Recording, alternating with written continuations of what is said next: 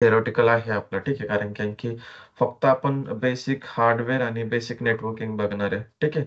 हे आपल्याकडे ना कॉम्प्लिमेंटरी देतो आपण.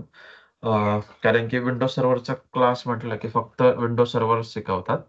पण कसं आहे ना, तुम्हाला बेसिक बॅकग्राऊंड पण माहिती असलं पाहिजे. फाउंडेशन तुम्हाला माहिती नाही ना, तर पुढे शिकून तुम्हाला त्या मागच्या गोष्टी रिलेट नाही होणार, की फाउंडेशन नेमकं काय असतं, काय गोष्टी असतात, ठीक आहे ना. त्यासाठी मी कॉम्प्लिमेंटरी माझे 2 दिवस जातात.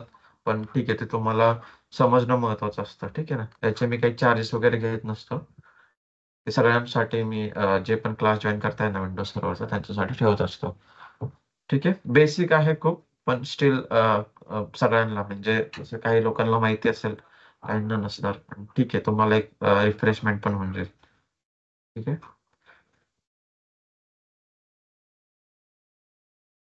कारण की हा जो क्लास आहे ना, आपण म्हणजे नॉन टेक्निकल जरी असेल ना, त्याच्यासाठी डिफाईन केलेलं आहे. त्यामुळे मी हे ठेवलेलं आहे.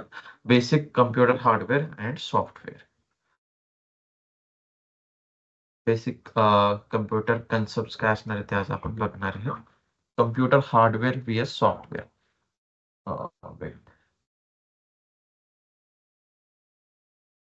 Sir, computer hardware and computer software are two fundamental components that work together to enable the functionality of computer system.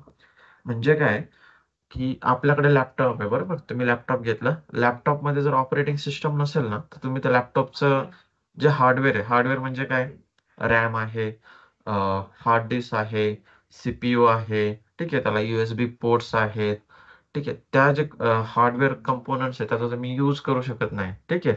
आणि फक्त सॉफ्टवेअर असेल तर सॉफ्टवेअर इन्स्टॉल कुठे करणार ना, त्याला पण हार्डवेअर पाहिजे असतं, ठीक आहे. तर हे जे दोघांचं कॉम्बिनेशन आहे सॉफ्टवेअर आणि हार्डवेअरचं, त्या तुम्ही जेव्हा इन्स्टॉल करता त्या हार्डवेअर वरती सॉफ्टवेअर, तेव्हा ती जी फंक्शनॅलिटी आहे, तुम्ही कुठल्याही म्हणजे आपण सध्या आपण एक क्लास जॉईन केलाय, कुठलाही सॉफ्टवेअर तुम्ही नंतरच रन करू शकता. ओके. हा डिफरन्स असतो सॉफ्टवेअर आणि हार्डवेअर मध्ये. जसं की हा आपला समजून घ्या बेअर मेटल लॅपटॉप आहे, ठीक आहे. हा आपला लॅपटॉप आहे. आणि हा लॅपटॉप तुमचा कुणाचा असू शकतो, HP चा असेल किंवा डेलचा असेल, ठीक आहे, किंवा लिनोवा असेल. आणि तुमची ऑपरेटिंग सिस्टम एक असते, ही ऑपरेटिंग सिस्टम आहे तुमची, ठीक आहे. त्याला OS आपण म्हणू. OS असते मायक्रोसॉफ्ट, आणि दुसरी OS असते लायनेक्स. आणि आणखी एक असते मॅक OS, ठीक आहे. त्या टाईप ऑफ ऑपरेटिंग सिस्टम मार्केटमध्ये अवेलेबल आहे, ठीक आहे. ही जी ऑपरेटिंग सिस्टम जेव्हा आपण या सर्व्हर कम्प्युटरवरती लॅपटॉपवरती इन्स्टॉल करतो, त्यानंतरच आपल्याला लॅपटॉप यूज करता येतो. Okay. Without operating system laptop चालत नाही. याच्यातली कुठली ऑपरेटिंग सिस्टम असू शकते, ठीक आहे. ऍपलचा लॅपटॉप असेल तर मॅक OS असणार, जसं की मॅकबुक वगैरे आपण बघतो, ठीक आहे. विंडोजचे बहुतेक विंडोज जास्त मार्केटमध्ये यूज होतं, ठीक आहे, होम कम्प्युटर्स मध्ये. आणि गाईज वन मोर थिंग, ठीक आहे. तुम्ही ना, आपण मी जे शिकवतोय ना, प्लीज क्वेश्चन विचारा. कुणी कोणाला इथे जज करणार नाहीये, ठीक आहे. आणि तुम्ही विचाराल ना, तर म्हणजे सेशन जे इंटरॅक्टिव्ह होतं. ओके. तुम्ही, मला पण कळतं की अरे तुम्हाला कुठपर्यंत कळतंय, ठीक आहे. क्वेश्चन तुमचं कुठलंही, कसलाही सिली क्वेश्चन असू द्या, कितीही छोटा, मला त्यात काय वाटणार नाही. फक्त तुम्ही क्वेश्चन विचारा, तुमचे डाऊट क्लिअर होणं हे इम्पॉर्टंट आहे, ठीक आहे ना. आणि तुम्ही विचारलं म्हणजे मला पण इंटरेस्ट येतो. ओके. म्हणजे इंटरॅक्टिव्ह ठेवा लेक्चर. कसं आता आपण मातृभाषेत शिकवतोय, ठीक आहे. तर तुम्हाला काही अडचण नाही आली पाहिजे क्वेश्चन विचारण्यासाठी. कुठलाही क्वेश्चन असा, मी तुम्हाला असं म्हणणार नाही काय क्वेश्चन विचारतोय असं तसं काहीच नाही. कुठलाही ओके विचारा सर. तुम्ही. ओके. फक्त इंटरॅक्टिव्ह ठेवा सेशन, म्हणजे मला पण कळतं, तुम्हाला बाकीच्यांना पण कळतं की अरे हा, समजा तुम्हाला एक क्वेश्चन आला, बाकीच्यांना माहित नसेल, अरे हा पण असा क्वेश्चन असू शकतो, म्हणजे त्याचे पण क्लिअर होऊन जातं, ठीक आहे. हे कळलं computer yes sir. Hardware. Okay. Yes sir. आता हार्डवेअर आणि सॉफ्टवेअर दोन टाईप असतात. इथे इथे हे सेक्शन जे आहे ते हार्डवेअरचं आहे, हे सेक्शन सॉफ्टवेअरचं आहे. हार्डवेअर मध्ये काय येणार, कॅबिनेट येईल, याच्यामध्ये CPU आहे, कीबोर्ड आहे, मदरबोर्ड, हा सॉरी, मॉनिटर आहे, माऊस आहे, स्पीकर, रॅम, हा मदरबोर्ड, हा प्रिंटर, या सगळ्या ज्या गोष्टी आपण ज्याला टच करू शकतो बरोबर हेडफोन्स आहेत ते येतात हार्डवेअर सेक्शनमध्ये. आणि सॉफ्टवेअर सेक्शनमध्ये येतात पॉवर पॉइंट, वर्ड, क्रोम, जावा, जीमेल, जे काही तुमचा अँटीव्हायरस असेल, ऑपरेटिंग सिस्टम असेल, त्याला आपण टच करू शकतो का नाही, ते सॉफ्टवेअर आहे. ओके. हे जे सॉफ्टवेअर आहे आपण या हार्डवेअर वरती इन्स्टॉल करत असतो.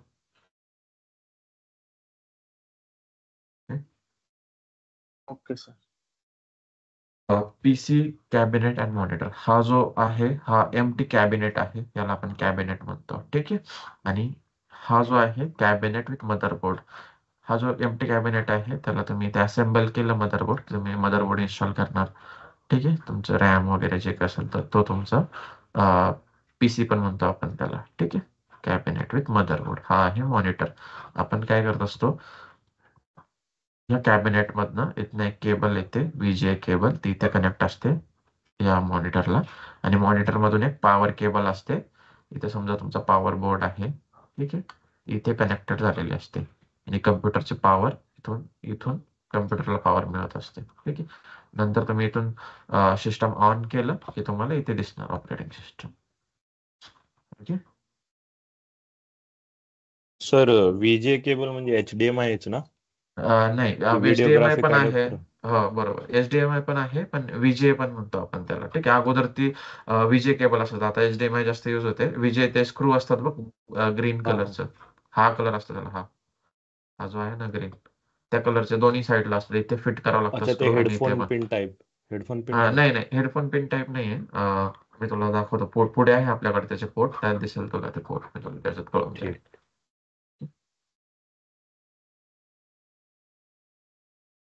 याच्यात काही क्वेश्चन नाही ना, सिम्पल आहे कॅबिनेट मॉनिटर.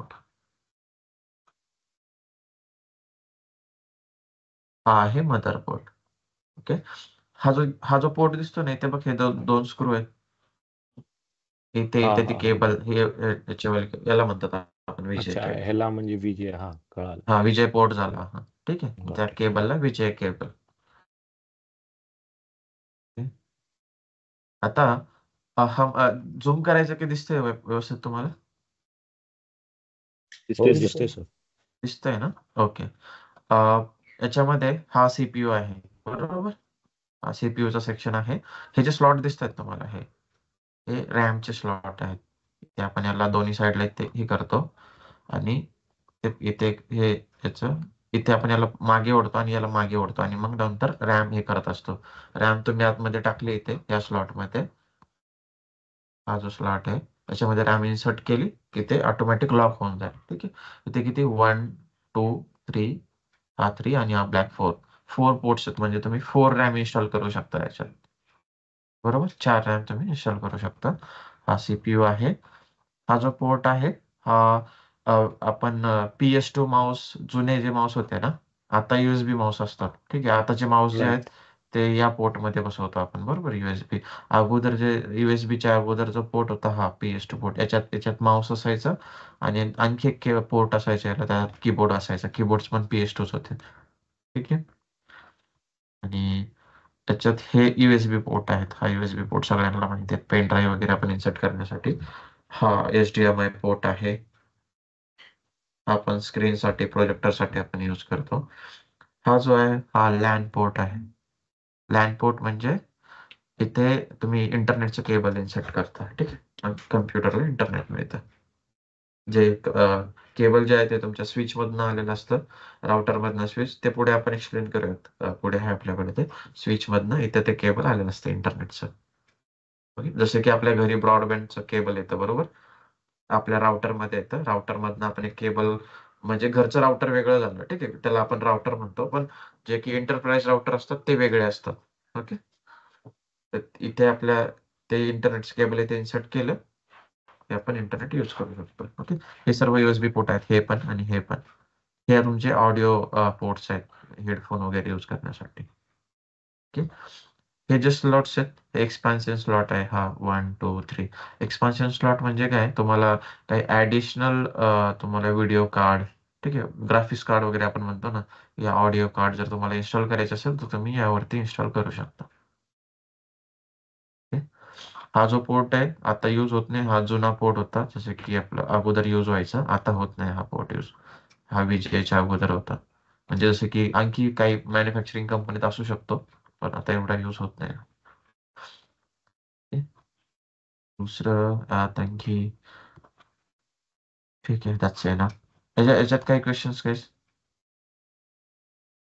हा सर, ते तुम्ही ऑल गुड रॅमचं सर. सांगितलं बघा. हॅलो. रॅमचं हा, तर ते रॅम म्हणजे कोणत्या मदरबोर्डला कोणता रॅम जाईल ते कसं काय हो समजेल बरोबर, मला? ते डिपेंड करतं. इथे लिहिलेलं असतात, इथे पण असतात. ठीक आहे, तुझ्या इथे पण दिलेलं असतात. DDR4 पाहिजे, DDR5 पाहिजे, अच्छा, त्याच्यानुसार रॅम सिलेक्ट करायची रॅम सिलेक्ट बोर्डचं. करायची. करेक्ट करेक्ट, तुझं CPU किती आहे त्यावरती असतं ते. ओके, अच्छा. आणखी काही क्वेश्चन्स? प्रोसेसरचं पण सेमच असतं का सर त्याचं? मदरबोर्डवर डिपेंड असतं का किती कॅपॅसिटी हो, पर्यंत प्रोसेस बरोबर बरोबर. हे बाकीचे बघा, तुम्ही याला प्रोसेसर भारी टाकलंय, ठीक आहे, तुम्ही किती टाका, पण इथे मदरबोर्ड जर तेवढा फंक्शनिंग नसेल बाकी गोष्टी, तर ते होतात ना असं. आणि मेन म्हणजे याच्यात सीपीयूच असतो ना, सीपीयू जास्त प्राइस असते. सीपीयू बदलायचं म्हणजे तुम्हाला मदरबोर्ड बदललेला पुरतो असे. हो.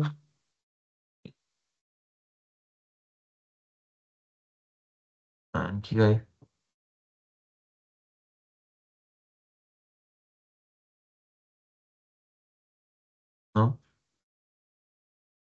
ओके.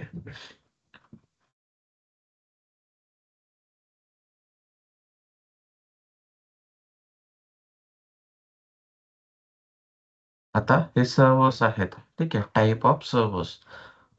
सर्व्हर माहिती आहे सगळ्यांना काय आहे? Anyone?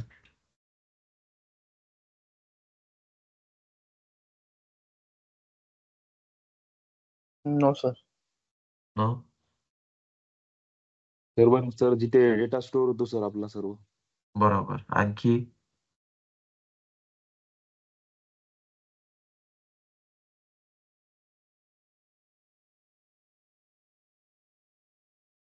आणखी काय असू शकतं? सर्व्हर म्हणजे सर कम्प्युटरचं आणि याचं हे असते सर, कनेक्शन असते समजा सर्व्हरचं आणि बरोबर कम्प्युटरचं. बरोबर. आपण जे समजा ऍक्सेंड करतो आपण वेबसाईटवर, ती डायरेक्ट सर हं, हं. सर्व्हरवर पोहोचते. जे बरोबर कम्युनिकेशन असते सर दोघांचं एकमेकांसोबत. बरोबर बरोबर. करेक्ट. हा सर्व्हरचा मिनिंग मराठीत काय वाटतं तुम्हाला? सर्व्हर काय असू शकतो?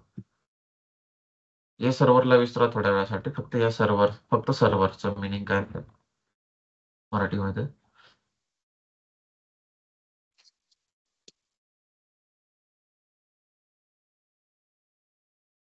हॉटेलमध्ये वेटर असतो सेवा बरोबर, तो प्रोव्हाइड करायचं. करेक्ट सेवा करेक्ट. सेवा बरोबर देणं. बरोबर. करेक्ट.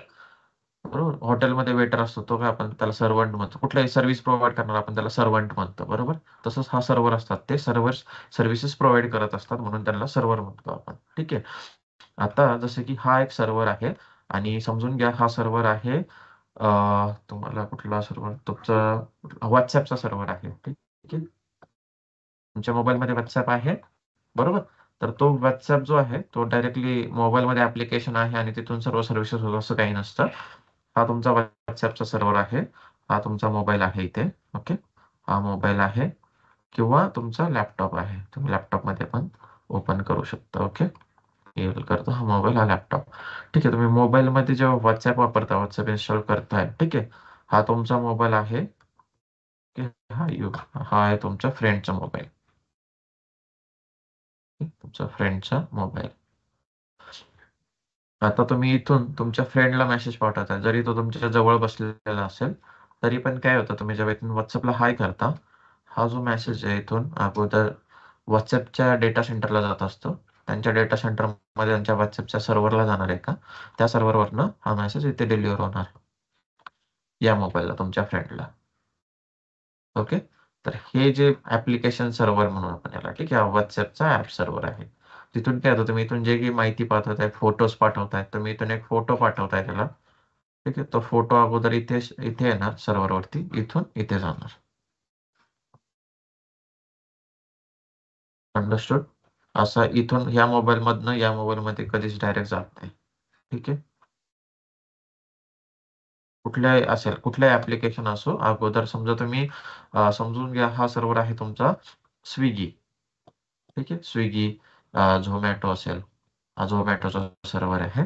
तुम्ही इथून काहीतरी ऍप्लिकेशन ओपन केलं आणि काहीतरी फूड ऑर्डर केलं. ठीक आहे, फूड ऑर्डर करण्यासाठी ही जी रिक्वेस्ट आहे अगोदर इथून यांच्या सर्व्हरला जाणार. ठीक, कारण की त्यांची वेबसाईट या सर्व्हरवरती होस्ट केलेली स्विगीची जे ऍप्लिकेशन आहे किंवा त्यांची वेबसाईट आहे. ठीक आहे, तुम्ही इथून ऑनलाईन वेबसाईट करता, ती वेबसाईट पण इथे स्टोअर केलेली आहे, इथे इन्स्टॉल केलेली आहे. ठीक आहे, तर तुम्ही जी इथून ऑर्डर करताय ती ऑर्डर अगोदर इथे सर्व्हरला सेव्ह होणार. इथून मग इथे समजा तुमचं रेस्टॉरंट आहे, रेस्टॉरंटचं सिस्टम आहे, इथून रेस्टॉरंटला जाणार की अशी अशी ऑर्डर आलेली आहे. Okay, understood guys? Yes sir. Yes. फक्त सर्व्हर कळालं ना काय आहे, फक्त सर्व्हर समजून घ्या, बाकी काही नाही. बाकी टाइप्स मी समजावतो. ठीक आहे, आता हे टाइप ऑफ सर्व्हर आहे. हा आहे टावर सर्व्हर, हा आहे रॅक सर्व्हर आणि हा आहे ब्लेड सर्व्हर. ठीक आहे, सर्व्हर मध्ये पण प्रकार असतात. टावर सर्व्हर म्हणजे मी जो अगोदर तुम्हाला पीसी, आपल्या घरी पीसी बघितलेला आहे बरोबर, त्यामधलाच त्याच टाईपचा म्हणजे तसाच दिसतोय. ठीक आहे, पुढेचे मोठे इमेज पण घेतलेले आहे त्यात कळतो. तर त्याला आपण टावर सर्व्हर म्हणतो. ठीक आहे, पण हे जे सर्व्हरचे जे हार्डवेअर असतं, ठीक आहे, आपलं जे लॅपटॉपचा हार्डवेअर आहे त्याला आपण इंटेलचा प्रोसेसर असतो. ठीक आहे, याच्यामध्ये पण वेगवेगळे प्रोसेसर असतात, लॅपटॉपमध्ये पण वेगवेगळ्या कंपनीचे असतात, पण सर्व्हरमध्ये जसं की इंटेलचा जिऑन प्रोसेसर आहे तो यूज होतो. ठीक आहे, कारण की याची हा दुसऱ्याला सर्व्ह करणार आहे. ठीक आहे, याची कॅपॅसिटी जास्त पाहिजे असते. त्यासाठी हा आहे टावर सर्व्हर. हा, याला काय होतं ना, हा जास्त जागा लागते तुमच्या कंपनीमध्ये. समजा अ, एखादी छोटी स्टार्टअप कंपनी आहे, ठीक आहे, तिथे जास्त सर्व्हरची गरज नाही, तिथे 3-4 सर्व्हर लागतात. ठीक आहे, तर अशा वेळेस तुम्ही हे हे जे टावर सर्व्हर आहे याला रेफर करू शकता. 4-5 सर्व्हर आतमध्ये पाहिजे. ठीक आहे, तुम्ही हा सर्व्हर घेऊ शकता त्या स्टार्टअप साठी. आणि हा जो रॅक सर्व्हर आहे तुमच्याकडे, समजा एक छोटी थोडीशी मीडियम साईज किंवा छोटीपेक्षा थोडीशी कंपनी आहे, तिथे ऍप्लिकेशन वगैरे जास्त आहे, तिथे तुम्हाला 25 ते 30 पर्यंत सर्व्हर्स पाहिजे असतात. ठीक आहे, त्यावेळेस तुम्ही रॅक सर्व्हर चूज करू शकता. ठीक आहे, रॅक सर्व्हर काय आहे ते पुढे आपल्या स्लाइड मध्ये आहे. ठीक. आणि तुम्हाला खूप मोठं फुल फ्लेज डेटा सेंटर वगैरे यूज करायचं असेल तर तुम्ही ब्लेड सर्व्हर चूज करू शकता. ठीक. तर तिन्ही पण आपण पुढे एक्सप्लेन करूया वन बाय वन. ठीक आहे, हे टाइप्स सर्व्हरचे, फिजिकल सर्व्हरचे, एवढं लक्षात ठेवायचे. फिजिकल सर्व्हरचे टाइप्स कधी कोणी विचारलं तर एवढं, टावर सर्व्हर असतो, रॅक सर्व्हर असतो आणि ब्लेड सर्व्हर असतो. हा आहे टावर सर्व्हर. हे दिसतात ग्रीन लाईट इथे, हे हार्ड येस. डिस्क आहेत. येस. जेवढे जेवढे ग्रीन लाईट दिसत आहेत ना तेवढे हार्ड डिस्क आहे त्याला. आपल्या घरच्या कम्प्युटरला एकच हार्ड डिस्क असते बरोबर. त्यातला ऑर्गनायझेशनचे जे एंटरप्राइज सर्व्हर असतात त्याला तर 1 2 3 4 5 6 7 8 16 अँड दिस 24 हार्ड डिस्क आहे त्याला. ओके, हा याचा फ्रंट आहे. ही केस आपण अशी इथून खोलली समजा, मध्ये हार्ड डिस्क असतं, इथून तुम्ही डायरेक्टली बाहेरच्या बाहेरच हार्ड डिस्क एखादी फेल झाली समजा, इथे जर ही हार्ड डिस्क फेल झाली नाही, ते ग्रीन लाईट दिसतोय ना, तिथे अँबर कलरची एलईडी येते किंवा रेड कलरची एलईडी, ही लाईट लागते ग्रीन ऐवजी. तर ते समजायचं की ते फेल्ड झालेली आहे, त्याला आपण रिमूव्ह करू शकतो हे बटन प्रेस करून आणि दुसरी रिप्लेस करू शकतो त्यासाठी. ओके, मग हा सर ते सर्व. जे खराब होते त्याच्यातला डेटा वगैरे. हा, मग त्यात आपण रेड म्हणून एक आहे. ठीक आहे, टेक्नॉलॉजी, रेड टेक्नॉलॉजी. त्यामध्ये काय असतात ना, रेड 0 रेड 1 वगैरे कॉन्फिगर केलेले असतात त्यात. ठीक आहे, जरी तो एक हार्ड डिस्क फेल झाली ना, तर तिथे ती दुसऱ्या हार्ड डिस्क वरती ऑटोमॅटिक डेटा रिपेअर होतो. ते आपण क्लासच्या लास्टला आहे रेड. ठीक आहे, ते कधीतरी विचारतात इंटरव्ह्यू मध्ये, गुड क्वेश्चन. ऍक्च्युली विचारतात ते, त्यासाठी आपण ठेवलेले, पण तो क्लासच्या शेवटी आहे, त्याकडे थोडंसं तुम्हाला नॉलेज वगैरे येतं सर्व्हरचं वगैरे. ठीक आहे, शेवटचं आपलं लेक्चर तेच आहे रेडचं. शेवटच्या नंतर शेवटी आपण पॅचिंग घेतो एक्स्ट्रा, त्याच्या अगोदरचं रेड आहे.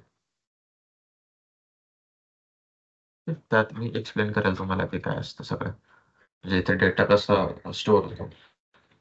ठीक आहे, फेल झालेला डेटा कसा रिपेअर होणार त्या गोष्टी तिथे असतात. ओके, फक्त एवढं रेफरन्स लक्षात ठेवायचं की हे आपण हार्ड डिस्क मल्टिपल असतात. ठीक आहे, एक फेल झाले आपण काढतो. ठीक आहे, त्यावेळेस तुम्हाला तिथे तुमचे डाऊट क्लिअर होऊन जाईल. की हा आहे बॅक साइड सर्व्हरचे. ओके, इथे मी झूम करतो याला थोडस.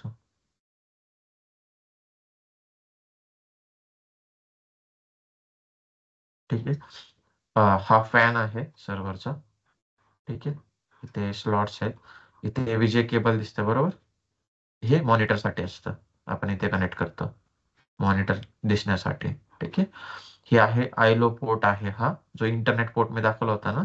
आयलो पोर्ट, आयलो पोर्ट काय असतो, जेव्हा तुम्ही समजून घ्या तुम्ही आता इंडियातून काम करताय आणि तुमचं डेटा सेंटर आहे कुठे US मध्ये, कुठे ऑस्ट्रेलिया कुठे असेल, तर तुम्ही इथून पण सर्व्हर म्हणजे तुम्ही इंडियातून सर्व्हर एक तुम्हाला एक पोर्टल मिळतं आयलोचं. ठीक आहे, 1V वगैरे असतात HP चे. तुम्ही इथून सर्व्हर चालू पण करू शकता आणि बंद पण करू शकता. त्यासाठी हा पोर्ट असतो. आयलो जर कॉन्फिगर असेल तर ह्या गोष्टी तुम्ही करू शकता. आणि हे जे आहेत हे इंटरनेटचे पोर्ट आहेत. ठीक आहे, 1 2 3 4 मल्टिपल केबल्स कनेक्ट करू शकता तुम्ही सर्व्हरला. ठीक आहे, लॅपटॉपला आपल्याला एकच असतो. तुम्ही तुमच्या लॅपटॉपला आता जरी बघितलं ना, तुम्हाला दोन दोन कधीच नाही दिसणार. 2 3 4 इथे 4 पोर्ट आहेत इंटरनेट केबल कनेक्ट करण्यासाठी. सर्व्हर मध्ये ते ऑप्शन असतं. ओके, आणि इथे हे झालं. ठीक आहे, इथे हा पॉवरचा आहे, इथे पॉवर कॉर्ड आपण कनेक्ट करणार. पॉवर कॉर्ड म्हणजे त्याचं त्याच्यासाठी. ठीक आहे, पॉवरसाठी. हा आहे फ्रंट, हा फ्रंट व्ह्यू. इथून तुम्ही बटन जेव्हा इथून खोलाल ना, ते इथून असा व्ह्यू दिसणार. याच्या जेव्हा इथे दिसला ना हा वाला, हा फ्रंट व्ह्यू. याला खोलल्यानंतर हा हार्ड डिस्क तुम्ही वरच्या वर काढू शकता. आपल्या कम्प्युटरचं तसं नसतं, आपल्या कम्प्युटरला आपल्याला पूर्ण खोलावं लागतं आणि नंतर मधून हार्ड डिस्क काढावे लागते. सर्व्हरला सिम्प्लिफाय यासाठी केलेलं असतं की डाऊन टाइम वाचावा. डाऊन टाइम म्हणजे काय, की समजा व्हॉट्सअप डाऊन झालंय, तर कोणी मेसेज पाठवू शकतं का कोणाला? ठीक आहे, नाही. किती इम्पॅक्ट कंपनीला पण प्रॉब्लेम होतो. जसं की इंस्टाग्राम जरी डाऊन झालं तर त्यांचे किती ऍड्स असतात. युट्यूब डाऊन झालं त्यांचे किती ऍड्स रन होतात, किती लॉस होतो कंपनीला, बरोबर. तर तो डाऊन टाइम मिनिमाइज करण्यासाठी सर्व्हरला हे फॅसिलिटीज असतात. बाहेरच एखादी हार्ड डिस्क फेल झाली तर बाहेरूनच डायरेक्टली रिमूव्ह करून दुसरी ऍड करायची. ओके, तर म्हणजे ह्याच्यात सॉफ्टवेअर अगोदर इन्स्टॉल असते जस्ट लाईक विंडोज हो. वगैरे. नाही, इथे आपल्याला हे समजा तुम्ही तुमच्या कंपनीने हार्डवेअर विकत घेतलं बरोबर, सर्व्हर विकत घेतलं, याच्यात काहीच हा. नसतं. याच्यात हार्ड डिस्क असतील फक्त. तुम्हाला रेड कॉन्फिगर करावं लागेल आणि नंतर ऑपरेटिंग सिस्टम इन्स्टॉल करावी लागेल. अच्छा, जसं आपण आता तुम्ही म्हणलं तर आपण मॉनिटरला जर अटॅच केलं मग त्या मॉनिटरवर आपल्याला काय शो करतात? त्या मॉनिटरला कनेक्ट केलं बरोबर, तुम्ही हा. कम्प्युटर सुरू केलं आणि सुरू केल्या केल्या तुम्हाला इथे F12 प्रत्येक सिस्टमचं अच्छा, वेगळं ते असतं. म्हणजे F12 कमांड F8. मध्ये. हो, हा हा हा. F10 नाही, आपल्या लॅपटॉपला F10 F11 आहे. तुमच्या लॅपटॉपवरती तुम्ही बरोबर. बघाल ना, हो. F9 किंवा F10 त्या बायोस मध्ये जाण्यासाठी असतात. बायोस त्यात एक सिमॉस बॅटरी असते मदरबोर्डवरती, त्यामध्ये ना बायोस स्टोअर असते. तर त्यामधून तुम्ही सेटिंग्स हे करू शकता, डिफाईन करू शकता. अच्छा, म्हणजे ओके, बायोस. हा. हा got it. बायोस मध्ये जाऊन आपण काय करतो, बुटेबल सिलेक्ट करतो. बुटेबल मीडिया म्हणजे तुम्हाला आता तुम्ही इथे पेन ड्राईव्ह लावलाय बरोबर, इथे USB ला, इथे USB पोर्ट आहे ना, इथे बुटेबल पेन ड्राईव्ह माहिती आहे सगळ्यांना. हा, बूट झालेली म्हणजे फक्त डायरेक्ट ठीक आहे ना, म्हणजे आपण इन्स्टॉलेशन समजा साठी. बरोबर म्हणजे अगोदर CD DVD यायच्या. ठीक आहे, आम्ही हो. त्यावेळेस करायचो ना, त्यावेळेस DVD ने पण केलेलं आहे, पण आता पेन ड्राईव्ह यूज होतो. ठीक आहे, पेन ड्राईव्हला काय असतं ना, आपण रुफूस वगैरे भरपूर सॉफ्टवेअर आहेत, त्यात आपण एक ISO देतो आपली. ठीक आहे, ISO आपण बुटेबल करतो त्या सॉफ्टवेअर थ्रू. तो पेन ड्राईव्ह आपण कुठे कनेक्ट केला तुमच्या लॅपटॉपला किंवा कम्प्युटरला, तिथे तुम्ही ती ऑपरेटिंग सिस्टम इन्स्टॉल करू शकता. ओके, नंतर आपण बायोस मध्ये जाऊन ते सिलेक्ट करतो बुटेबल मीडिया, कुठे कशातून बूट करायचं, ऑपरेटिंग सिस्टम इन्स्टॉल करतो आणि या सगळ्या गोष्टी आपण मॉनिटरवरती बघतो. हम्म. त्यासाठी, कारण की मॉनिटर नसेल तर तुम्ही कसं ऑपरेट करणार ना, ते कीबोर्ड पण अटॅच करावं लागेल तुम्हाला, कीबोर्ड मॉनिटर. येस. ओके, ठीक आहे. याच्यात काय क्वेश्चन्स? तर म्हणजे हे बेसिकली नाही का टास्क परफॉर्म करून त्याला सेव्ह करतं ना, कोणतं हे म्हणजे जे सर्व्हर म्हणताय तुम्ही हे. सर्व्हर? हा, सर्व्हर काय असतं ना, जसं की कुठले टास्क असं एखादा तुझं जीमेल आहे आता. ठीक आहे, हो. तुला जीमेल येतात, तू ईमेल पाठवू शकतो. ठीक आहे, तुझे ईमेल स्टोअर कुठे आहे? ते गुगलच्या डेटा सेंटर मध्ये एक सर्व्हर आहे, असाच हम्म. कुठला असू शकतो. हा हा नसणार, हे ब्लेड सर्व्हर असतील, ठीक आहे, असे जे ब्लेड सर्व्हर, हम्म. ठीक आहे, किंवा रॅक सर्व्हर, असे सर्व त्यांचे डेटा सेंटर ऑलरेडी आहे, ठीक आहे. डेटा सेंटरचे इमेजेस आहे पुढे कसे असतात मी ते दाखवतो. त्यात असे सर्व्हर्स ठेवलेले असतात, त्याच सर्व्हरवरती तुमचं स्टोरेज असतं, तुमचे पूर्ण डेटा तुमचे जीमेल तिथे स्टोअर असतात. तू आता फोटोज अपलोड करतो बरोबर, फोटोज ऍप्लिकेशन आहे जीमेलचं, हो. ते कुठे स्टोअर असतात, ते सर्व्हरवरती त्यांचे स्टोअर असतात. तुला जेव्हा पण पाहिजे असतं तू काय करतो, तिथून डाउनलोड पण करू शकतो, बघू पण शकतो, ते ऑलवेज अवेलेबल असतात. त्यांचा जर हा सर्व्हर त्यांचा फेल झाला तर तुझे हम्म. फोटो पण जातील. पण त्यांच्याकडे काय असतं ना, ह्या सर्व्हर तुझे फोटो या सर्व्हर पण असतात, आणखी एक दुसऱ्या सर्व्हर 2-3 सर्व्हरवरती ते कॉपी बनवून ठेवतात. Okay sir. ओके, हम्म. ठीक आहे. ते त्याच्यामध्ये अजून एक जॉईन डाऊट होतच. होतं सर. हा हा, विचार. ते आता आय थिंक हे चेंज झाले ना सर काहीतरी ते AWS आणि त्याच्यामुळं. नाही नाही, ते ते पण कन्सेप्ट मी क्लिअर करतो. आता बघ, क्लाउड म्हणतात, ऍझ्युअर म्हणतात बरोबर. हो. आता ऍझ्युअर क्लाउड, AWS क्लाउड, क्लाउड म्हणजे काय, काय आकाशात काहीतरी एखादं सिस्टम आहे, तिथे काहीतरी स्टोअर होतं, असं काहीच नसतं. त्याला फक्त नाव दिलेलं आहे. ते काय असणार, आता हे आतापर्यंत हे डेटा सेंटर अ, तुमची कंपनी हँडल करत होती बरोबर. आणखी पण करतात भरपूर कंपन्या, पूर्ण सर्व्हर्स कधीच क्लाउडला जात नाही, कारण की इथे जे काही जास्त क्रिटिकल असतात किंवा सिक्युरिटी कन्सर्न्स असतात, असे सर्व्हर कुठली कंपनी क्लाउडवर नेत नाहीत. ठीक आहे, जे त्या नेऊ शकतात, जे ऍप्लिकेशन जे काही डेटा, तेच ते क्लाउडवरती घेऊन जातात बरोबर. पण क्लाउड जो आहे, आता ऍझ्युअर क्लाउड जो आहे, त्यांचे काय डेटा सेंटर्स आहेत प्रत्येक ठिकाणी, ठीक आहे. डेटा सेंटर, एक मिनिट हा.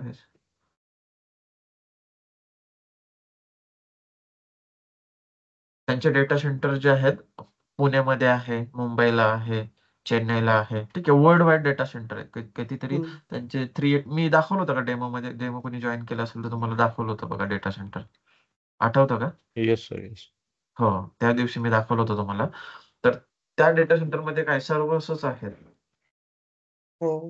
बरोबर आहे. हेच म्हणजे रॅक सर हे ब्लेड सर्व्हर. तिथं ब्लेड सर्व्हर युज होत असतील. हो, ते बरोबर. ते ऍडव्हान्स करत जातात ते सर, त्यांच्या, कारण की त्यांच्याकडे खूप जास्त रिक्वायरमेंट आहे, ठीक आहे. हे सगळं ते म्हणजे कसं असतं क्लाउड वरती, मी एक्सप्लेन करतो. एकच मिनिट, मी नोट त्या पेज वरती येतो. नाही ते काय करतो. ठीक आहे, तुमचा डाऊट कसा आहे मला त्या पद्धतीने एक्सप्लेन करायला. म्हणजे हे असंच असेल ना सर, म्हणजे त्यांच्याकडे जे सर्व्हर आहेत ना, म्हणजे आपल्याकडे हम्म. सर्व्हर म्हणजे जास्त आपण एकदम मोठ्या अमाउंट मध्ये काही काही कंपनी नाही ठेवत, मग त्याच्यासाठी ते त्यांना युज करतात. बरोबर. कंपनीचं काय असतं ना, समजून घे, मी इथे एक एक्झाम्पल देतो तुम्हाला. ही एक कंपनी आहे, ठीक आहे. समजून घे, XYZ नावाची कंपनी आहे, ठीक आहे. ठीक आहे, आता ही कंपनीकडे सध्या आहेत, हे त्यांच्या रॅक आहेत, ठीक आहे ना. रॅक मध्ये सर्व्हर्स असतात, पुढे दाखवेल मी तुम्हाला. आता ही सर्व्हर्स इथे इन्स्टॉल केलेले आहेत, इथे माउंट म्हणतात आपण, माउंट केलेले असतात सर्व्हर असे रॅक मध्ये त्यांचे, ठीक आहे. हम्म. आता यांना पूर्ण डेटा सेंटर मेंटेन करावं लागतं. डेटा सेंटर मेंटेन करणं सोपी गोष्ट नाहीये, त्यासाठी तुम्हाला खूप सारा पॉवर लागते, ठीक आहे. कूल, कारण की डेटा सेंटर खूप कूल ठेवावं लागतात, मायनस मध्ये टेम्परेचर असतं तुमचं, ठीक आहे. याच्यामध्ये सर्व सर्व असतात. याला इथे खालून पण एसी असते, डेटा सेंटरच्या खाली, ठीक आहे. इथून वरती एसीचं येणार, ठीक आहे. म्हणजे वरती पण हवा आली पाहिजे आणि वरून पण एसी असते. आणि इथे समजा हा फ्लोअर आहे तुमचा, असं नाही खाली तुम्ही चालू शकता यावरती, पण इथे समजा ओपन केलेले असतात आणि इथून हम्म. वरती गार थंड येणार वरती, ठीक आहे. वरून पण एसी असणार. आणि हे तुमचे रॅक्स ठेवलेले असतात, म्हणून मी फक्त 2च घेतले, आपल्या कमी जागा आहे. इथे किती 10 असू शकतात, 20 असू शकतात, डिपेंड ऑन डेटा सेंटरचे साईज किती मोठी आहे, ठीक आहे. आता तुमचे ऍप्लिकेशन सर्व सर्व सर्व इथे आहेत, ठीक आहे. तुमचे स्विचेस आहेत, राउटर आहेत. आता तुमची कंपनीला एवढं मॅनेज करायचं म्हणजे खूप जास्त चार्जेस लागतात, ठीक आहे. मग ते काय करू शकतात, की ते त्यांचं दुसरं ऑफिस आहे, तिथे त्यांना पूर्ण डेटा सेंटर नाही मॅनेज करायचं, थोडंसं आहे, तर मग ते छोटंसं डेटा सेंटर बनवतील, ठीक आहे. 1 रूमचं असेल, त्यामध्ये त्यांचे सर्व्हर करतील. पण बाकीचे सर्व्हर काय करतील, त्यांना काय करावं लागेल अगोदर, इथे त्यांना ॲज्युअरचं सबस्क्रिप्शन घ्यावं लागेल, ॲज्युअर हम्म. क्लाउडचं, ठीक आहे. समजा हे आहे ॲज्युअर, ॲज्युअर क्लाउड आहे. मग हे काय करतील, ॲज्युअरचं सबस्क्रिप्शन त्यांना विकत घ्यावं लागेल. मग काय करतील हे सर्व्हर, आता मी जे काम करतो Azureचं आहे, मी काय करतो, क्लायंटचं डेटा सेंटर आहे ना एक्झिट करतो. म्हणजे त्यांना इथे डेटा सेंटरचे सर्व्हर्स आहेत ते इथे मायग्रेट करत असतो. समजा हा जो सर्व्हर इथे आहे तो इथे क्लाउडवरती मायग्रेट करून इथे रन करायचं. अच्छा. त्यांचे सर्व्हर इथे क्लाउड वरती घ्यायचे. आता क्लाउड म्हणजे काय, इथे Azureचं पोर्टल आहे, इथे सगळं करतो आपण. पण बॅकग्राऊंडला काय असतं ना, इथे प्रत्येक तुम्हाला तिथे रिसोर्स क्रिएट करताना Azure मध्ये लोकेशन सिलेक्ट करावं लागतं, कुठल्या डेटा सेंटरच्या लोकेशनला करायचं आहे. जसं की पुण्यात तुमचं डेटा सेंटर असेल तर तुम्हाला पुण्यातच करायचं आहे ना. समजा पुण्यातलं डेटा सेंटर मी सिलेक्ट करेल इथे. आता हा त्यांचा डेटा सेंटर आहे कोणाचा, Azureचा. ठीक आहे. इथे पण काय आहे त्यांच्या सेम रॅक्स. ठीक आहे, ते रॅक्स आहेत. त्यांच्या रॅक्सचा काउंट खूप जास्त आहे. ठीक आहे, कारण की त्यांच्याकडे जास्त लोक सर्व्हर्स इथे त्या सर्व रॅक्स मध्ये सर्व्हर्स आहेत. तर मी इथून जे काही क्रिएट करताय पोर्टल मधनं ते इथे जाऊन एखाद्या सर्व्हरवरती ते व्हीएम्स तुमचं क्रिएट होत आहे. ओके, बॅकग्राऊंडला एपीआय रन होतात, तुम्हाला समोर पोर्टल दिसतं, पण बॅकग्राऊंडला जेव्हा तुम्ही इथे काही पण क्रिएट करता कुठेतरी स्टोअर होणार ना, ते या डेटा सेंटर मध्ये स्टोअर होऊ शकतं. आता हे डेटा सेंटर आहे पुण्याचं. ठीक आहे, पुणे डेटा सेंटर. इथे काय काय क्लाउडचा काही संबंध आहे काय, ते काहीच नाही. आता हे data centre cloud Azure Microsoft manage करतं. असं आहे. ठीक आहे, अगोदर तुम्ही इथे मॅनेज करत होता, आता ते इथे मॅनेज करतं. अच्छा. फक्त तुम्हाला काय आहे ना, थोडस तुम्हाला वाटतंय तुमचा मेंटेनन्स कॉस्ट असतो इथे. तुम्हाला हे मेंटेन करायचं म्हणजे तुम्हाला खूप जास्त इंजिनियर्स लागतात. ठीक आहे, तुम्हाला एसीचा चार्ज, इथे रेंट नसेल रेंट वेगळा लागणार. ठीक आहे, या सगळ्या गोष्टी असतात. मग तुम्ही एवढं कॉस्ट, तुम्हाला इथे कसं असतं ना, काही कंपनीज असतं आम्हाला हा सर्व्हर फक्त दिवसातून 5च तास रन करायचा असतो. पूर्ण आपण तुम्ही जर 24/7 चार्जेस देतात इथे. ठीक आहे ना, मग ते तुम्ही इथे क्लाउड काय तुम्ही 1 तासासाठी वापरा किंवा 2 तासासाठी वापरा, तसं काही नसतं त्यांचं. तुम्ही बंद केलं की ते चार्जेस बंद करतात. असं आहे. म्हणजे असं काही लिमिट नसते का सर, किती डाटा स्टोअर करू शकतो आपण काय? कुठे Azure क्लाउडला असं काही नाही. लिमिट वगैरे कसं असतं, तू लिमिट किती वाढव तुझे चार्जेस वाढणार. असं आहे. अच्छा. त्यांच्याकडे कॅपॅसिटी खूप आहे, पण तू तेवढं पे नाही करणार ना. आता तुला इथे हम्म. एक सर्व्हर आहे, तुला बरोबर तू एक सर्व्हर इथे क्रिएट करतोय. याची रॅम आहे 8 GB रॅम आहे आणि 2 कोरचा सीपीयू आहे. ठीक आहे, आता याचे चार्जेस त्यांनी सांगितले तुला 1 महिन्याचे चार्जेस लागतील 3000. ठीक आहे, हम्म. आता तू 3000 पे करतोय आणि तुला जर कॅपॅसिटी पाहिजे, तुला 80 GB रॅम पाहिजे आणि 32 कोर सीपीयू पाहिजे, मग तुझी कॉस्ट लाख मध्ये जाणार महिन्याला, 60-70 हजार असं. ठीक आहे ना, तुला काही नाही, तुला तुझ्या सर्व्हरचं असे असतं. असं नाही, सर्व्हरची कधी पण असे जास्त करून सर्व्हरची ना रॅम 8च्या वरच असते. ठीक आहे, नॉर्मल सर्व्हर असतात. काही काही सर्व्हरची रॅम, आता आम्ही बघतो ना, क्रिएट करतो ना, सर्व्हरच्या रॅम असतात 80 GB 86 GB. ठीक आहे, रॅम असतात. 32 कोर सीपीयू असतात, कारण की जे SQLचे डेटाबेसचे वगैरे ते सर्व्हर असतात ना, काही हम्म. क्रिटिकल ऍप्लिकेशन सर्व्हर, त्यांच्यावरती जास्त ट्रान्झॅक्शन होतात ना, त्यांना जास्त कॅपॅसिटी लागते हार्डवेअरची. ओके, कधी तुम्हाला ओके इंटरव्ह्यू सर. मध्ये विचारलं ना, तर रॅम किती असते काय, तर कॅपॅसिटी आता समजा SQLचा डेटाबेस असेल तिथे असू शकते 86 GB रॅम असू शकते. ठीक आहे, 32 कोर सीपीयू असू शकतो. असं आहे. आता इथे फिजिकली आणि क्लाउडचा आणि फिजिकलचा संबंध फरक काय आहे माहिती आहे का? इथे तुम्ही फिजिकल मध्ये तुम्हाला समजा एक सर्व्हर इथे करायचा, आता सध्या सर्व्हर आहे तुमच्याकडे, नवीन प्रोजेक्ट आला आणि तुम्हाला एक सर्व्हर इथे विकत घ्यायचा आहे. बरोबर, तर इथे काय प्रॉब्लेम असतो ना, इथे प्रोक्युरमेंट होते. त्याच्यामुळे तुम्हाला एक टीम असते. ठीक आहे, तुम्ही आता इथे तुम्ही आयटी मध्ये काम करता. ठीक आहे, तुमच्याकडे एक ऍप्लिकेशन टीमची रिक्वायरमेंट आली, आम्हाला एक सर्व्हर पाहिजे इथे. इथे बघ काय होणार, इथे अप्रुव्हलला जाणार एका टीमकडे. ठीक आहे, तुम्ही ईमेल ऍप्लिकेशन टीम तुम्हाला ईमेल करणार, तुम्ही वेगळ्या टीमला प्रोक्युरमेंट टीमला ईमेल करणार की असं असं सर्व्हर पाहिजे. ठीक आहे, मग तो सर्व्हर कधी येणार, त्याला एक सर्व्हर तुम्हाला बिल्ड करायचं, तर नवीन आणायचं म्हणजे 1 महिना निघून जातो. ठीक आहे, तसं क्लाउड वरती नाही. तुम्हाला आता रिक्वेस्ट आली की मला सर्व्हर पाहिजे, तुम्ही 10 मिनिटात सर्व्हर तुमचा रेडी करू शकता इथे लगेच. फक्त या हार्डवेअरचा आपल्याला ऍक्सेस नसतो क्लाउड मध्ये, एवढं लक्षात ठेवा. या हार्डवेअरचा आपल्याला ऍक्सेस नाहीये, फक्त इथे या साईटच आपल्याला मिळते. ओके, इथे ऑन प्रेमायसेस वरती, याला ऑन प्रेमायसेस म्हणतात, एवढं लक्षात ठेवा. गाईज, मी जे पण शब्द विचारतो ना, म्हणजे यूज करतो ना मी, ते तुम्हाला लक्षात ठेवायचं. ठीक आहे. ऑन प्रिमायसेस काय आहे, क्लाउड. ऑन प्रिमायसेस म्हणजे तुमचं कंपनीचं डेटा सेंटर, त्याला आपण ऑन तर प्रिमायसेस ते म्हणतो. म्हणजे त्याचं नाव खाली लिहून टाका ना, काय म्हणतात. On premises. ओके, ते आहे on premises. On premises. Okay, on premises. आणि हा आहे क्लाउड. ऑन प्रिमायसेस म्हणजे तुमच्या कंपनीचा डेटा सेंटर, क्लाउड म्हणजे क्लाउड. म्हणजे आपण पूर्ण क्लाउड म्हणजे कॉस्ट कटिंग साठी युज करतो.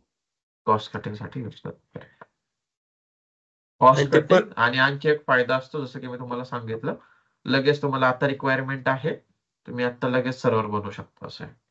टाइम पण वाचतो तुमचं. हा स्केलेबिलिटी पण म्हणजे आहे. आणि त्याचे भरपूर फीचर. स्केलेबिलिटी आहे. स्केलेबिलिटी म्हणजे काय, आज तुम्ही इथे, ठीक आहे, तुमच्या इथे एक सर्व्हर आहे. ठीक आहे, हा सर्व्हर आहे इथे, हा सर्व्हर आहे, तुम्ही इथे तुमच्या डेटा सेंटर मध्ये आहे. याची रॅम आहे 100 GB. पकडून घ्या, मी असेच काउंट सांगतोय ना, लक्ष हे म्हणजे असं नका समजू की एवढंच असेल, मी फक्त काउंट सांगतोय. ठीक आहे. 100 GB ची रॅम आहे, 32 कोर CPU आहे. ठीक आहे. समजा आपण हा करू, गव्हर्नमेंटचा सर्व्हर आहे तुमचा. ठीक आहे. आपल्याला रिझल्ट वगैरे लागतो ना, किंवा कुठल्याही गव्हर्नमेंटच्या साईट बघा कधी पण डाऊन असतात, तर थोडंसं युजर वाढलेत. आता काय होतं, इथे हा सर्व्हर आहे, आता इथे युजर्स आहेत. ठीक आहे. युजर आता इथून ऍक्सेस करणार आहे. आता हे काय करतील, हे रिक्वेस्ट काय पाठवतील, कुठले म्हणजे तुम्ही रिझल्ट बघताय एक्झामचा 10चा 12चा, ही रिक्वेस्ट तुमची इथे जाते सर्व्हरला. बरोबर. इथून मग इथे काय होतं ना, तुम्ही एक कमी लोक असेल तर हे मॅनेज करेल. ठीक आहे. तुम्ही इथे आता 4,000 बघताय, 3,000 लोक बघतायत, मॅनेज करेल. पण आता जेवढे जेवढे जास्त वाढेल तेवढे याचं प्रोसेसिंग वाढेल ना. कम्प्युटरमध्ये काय असतं ना, प्रोसेसिंग वाढते. ठीक आहे. तसं आपल्यावरूनच बघून घ्यायचं ना. तुम्हाला एक काम दिलंय, ठीक आहे, तुम्ही प्रॉपर करणार. 2 काम दिलं, ठीक आहे, तुम्ही थोडंसं करून घेणार. तुम्हाला 3, 4, 5 काम मी एकदाच करा म्हणतोय, तर तुमचं पण थोडंसं काम स्लो होणार ना. ठीक आहे. तसंच याच्यात पण बरोबर आहे. सीपीयू मेमरी तुमचे जेवढे आता ज्याचे त्याचे काहीचे खूप जास्त हुशार असतात, ते 3-4 कामं इझिली करू शकतात. काही लोक 2 कामं करू शकतात. तसं त्यांचे कसं असतं, याची रॅम जर चांगली असेल, सीपीयू चांगला असेल, जेवढी जास्त सीपीयू जास्त रॅम तुम्ही ठेवाल, तेवढं जास्त प्रोसेसिंग करू शकतो. ठीक आहे. आता इथे 3-4 हजार लोक एकदाच येऊन प्रोसेस करतायत. ठीक आहे. या सर्व्हरवरती आता याची रॅम मिनिमम आहे, 100 GB दिली आपण, 32 कोर. मग काय होतं, तुम्हाला इथे येतं service not available, server not available. काय होतं, तो सर्व्हर हा हंग स्टेटला सर्व्हर जातो. बीजी, हा, ते सर्व्हर बिझी एमपीएससी येतं. वगैरेचे फॉर्म बरोबर. भरताना बरोबर, सर्व्हर जास्त लोड बिझी करू नये. येतं. बरोबर. बिझी म्हणजे काय, की जास्त लोक तिथे रिक्वेस्ट पाठवतात आणि त्याच्याकडे तेवढं हार्डवेअर नाही, सीपीयू तेवढा नाही, रॅम तेवढा नाही. ठीक आहे. आणि आता इथे त्यांचं ते काय करतात ना, त्यांचं जास्त खर्च नाही करत. आता हा सर्व्हर त्यांनी काय एकच ठेवणार, त्यात तसे मल्टिपल सर्व्हर ठेवणार नाहीत.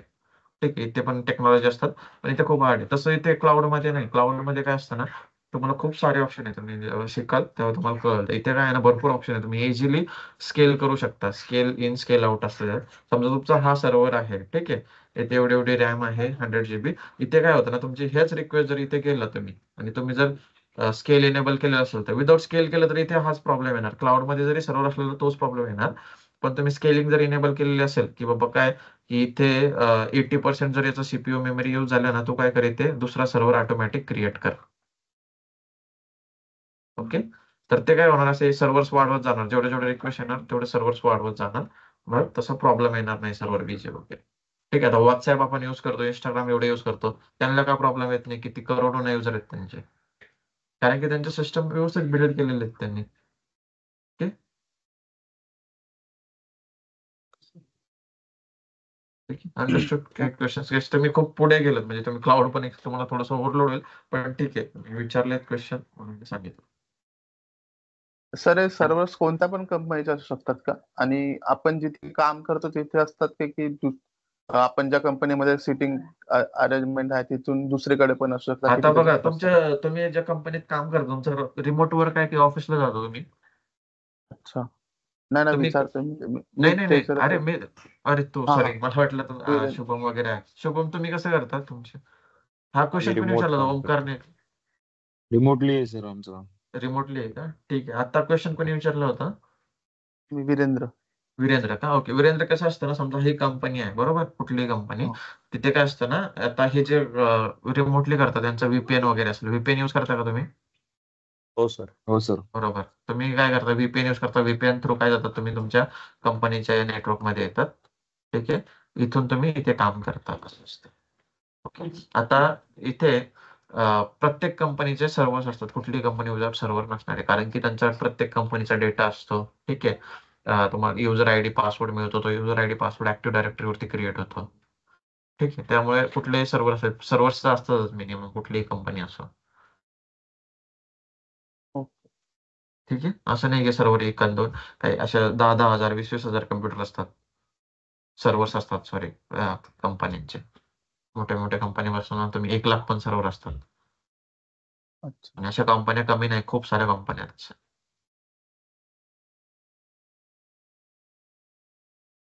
ठीक आहे? तर काही क्वेश्चन्स काय त्याच्यात?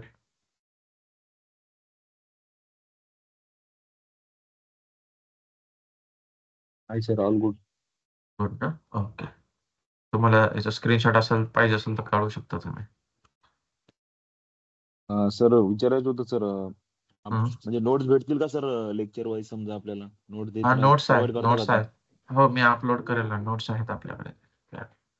नोट्स मी लेक्चर झालं तर ते अपलोड करत असतो. लेक्चर झाल्यानंतर अगोदर आता हार्डवेअर नेटवर्किंग झालं ना, त्याचे मी अपलोड करून टाकलं असं. म्हणजे सर तुम्ही व्हॉट्सअपवर शेअर करणार ना? नाही नाही, तुमच्या रेकॉर्डिंगच्या फोल्डरमध्ये स्टोअर होणार, तिथून वाचू शकतो. ठीक आहे, ठीक आहे. तो असं क्वेश्चन आन्सर साठी विचारतोय सर, असं काहीतरी आपल्या नाही का प्रिपेरेशन वगैरे साठी. हो, त्यात आपण जे शिकवतोय ना त्याच्यापेक्षा त्या नोट्स मध्ये इनडेप्थ असणार खूप जास्त. तुम्हाला खूप जास्त इनडेप्थ जायचं नाही त्यामध्ये, त्यात जाऊ शकता त्या नोट्स मध्ये, तशा असतात. मी काढलेले आहेत त्या स्वतः तशा. ठीक आहे ना? म्हणजे आपण हॅलो. इथे, हा, येस. हॅलो. हा, बोल ना ओमकार. हा सर, थोडंसं लॅपटॉपचा इश्यू झाला, मी मोबाईलवरून जॉईन करतोय, मला तेवढं एक्सेप्ट करा ना. हो हो, ठीक आहे.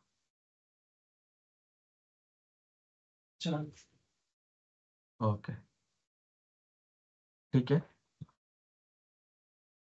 हो सर, जर पीडीएफ फॉर्मॅट मध्ये जर भेटले तर हो, चांगलं, म्हणजे पीडीएफच आहेत, पीडीएफच हो ना? आहेत. पीडीएफच बनवून ठेवलेलं आहे. म्हणजे कसे आम्हाला शेवटी समजा आम्ही समजा इंटरव्ह्यू साठी प्रिपेअर करायला गेलो सर, समजा बरोबर. आम्हाला नाही नाही, समजा आहेत. प्रॅक्टिससाठी चांगली आहे समजा. पीडीएफ ना इनडेप्थ असतं. आपण शिकवायला तेवढं इनडेप्थ जाऊ शकत नाही. ठीक आहे, तसं जर इनडेप्थ घेत जात राहिलो ना, आपल्याला म्हणजे वर्षभर पण पुरणार नाही. ठीक आहे ना? तर त्या हो सर, नोट्स बरोबर त्यासाठीच आहे, बरोबर आहे. बनवलेल्या असतात. ठीक आहे, त्या नोट्स त्यासाठीच बनवले असतात की तुम्ही स्वतःहून इनडेप्थ जाऊ शकता. माझं एक हे असतं की मी तुम्हाला त्या गोष्टीची माहिती व्यवस्थित करून दिली ना, तर तुम्ही वाचल्यानंतर तुम्हाला त्या गोष्टी कळतात, असं असतं. ठीक आहे. बरोबर आहे सर.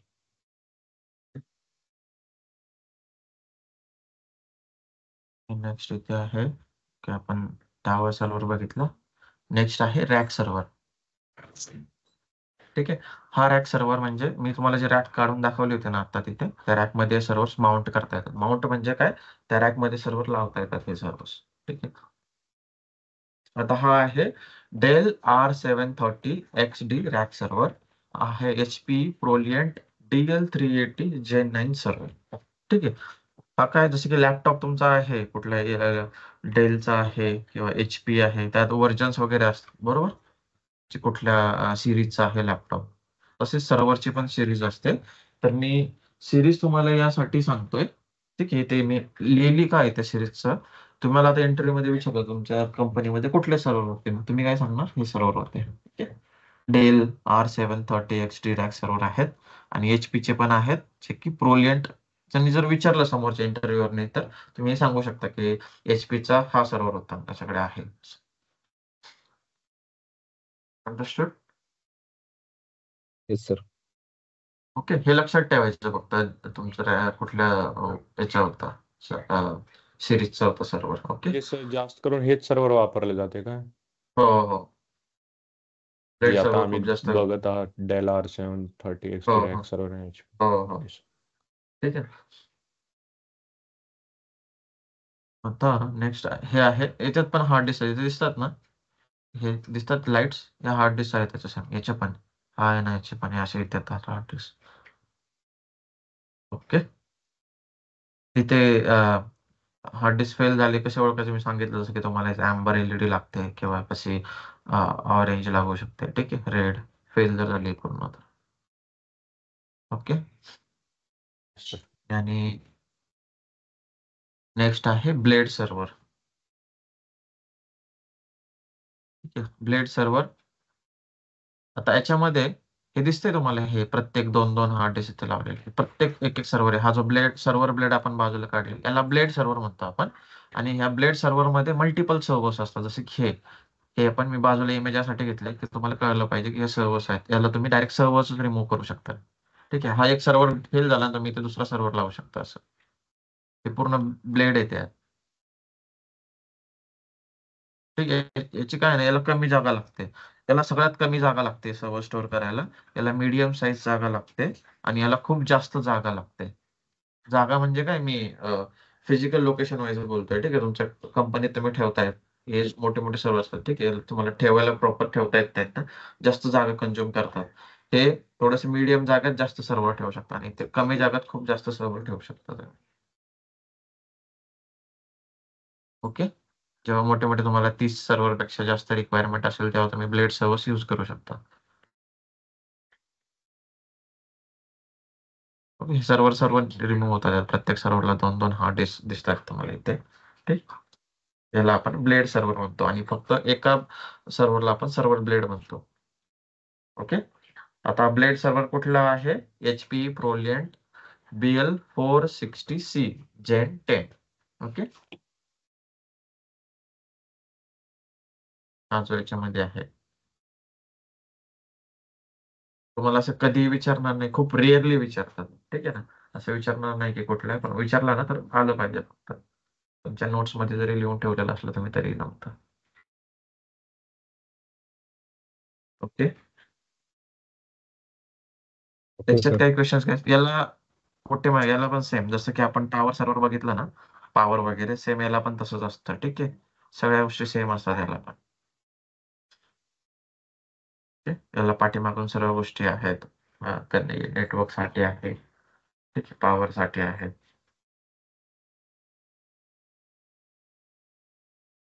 ओके, याच्यात काही क्वेश्चन्स काय ब्लेड आणि रॅक मध्ये, टॉवर मध्ये?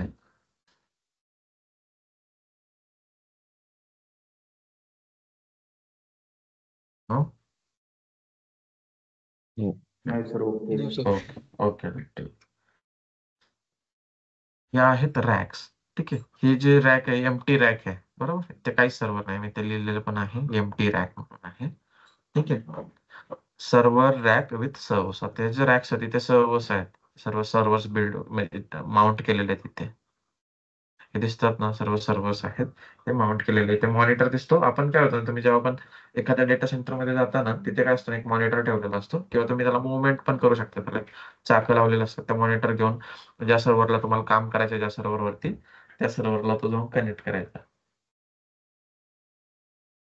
ठीक आहे, त्या सर्व्हरला जाऊन कनेक्ट केलं, तिथे तुमचं कीबोर्ड माऊस पण असणार सोबत आणि त्याला तुम्ही कनेक्ट केलं की तुम्ही तुमचं काम करू शकता. ओके,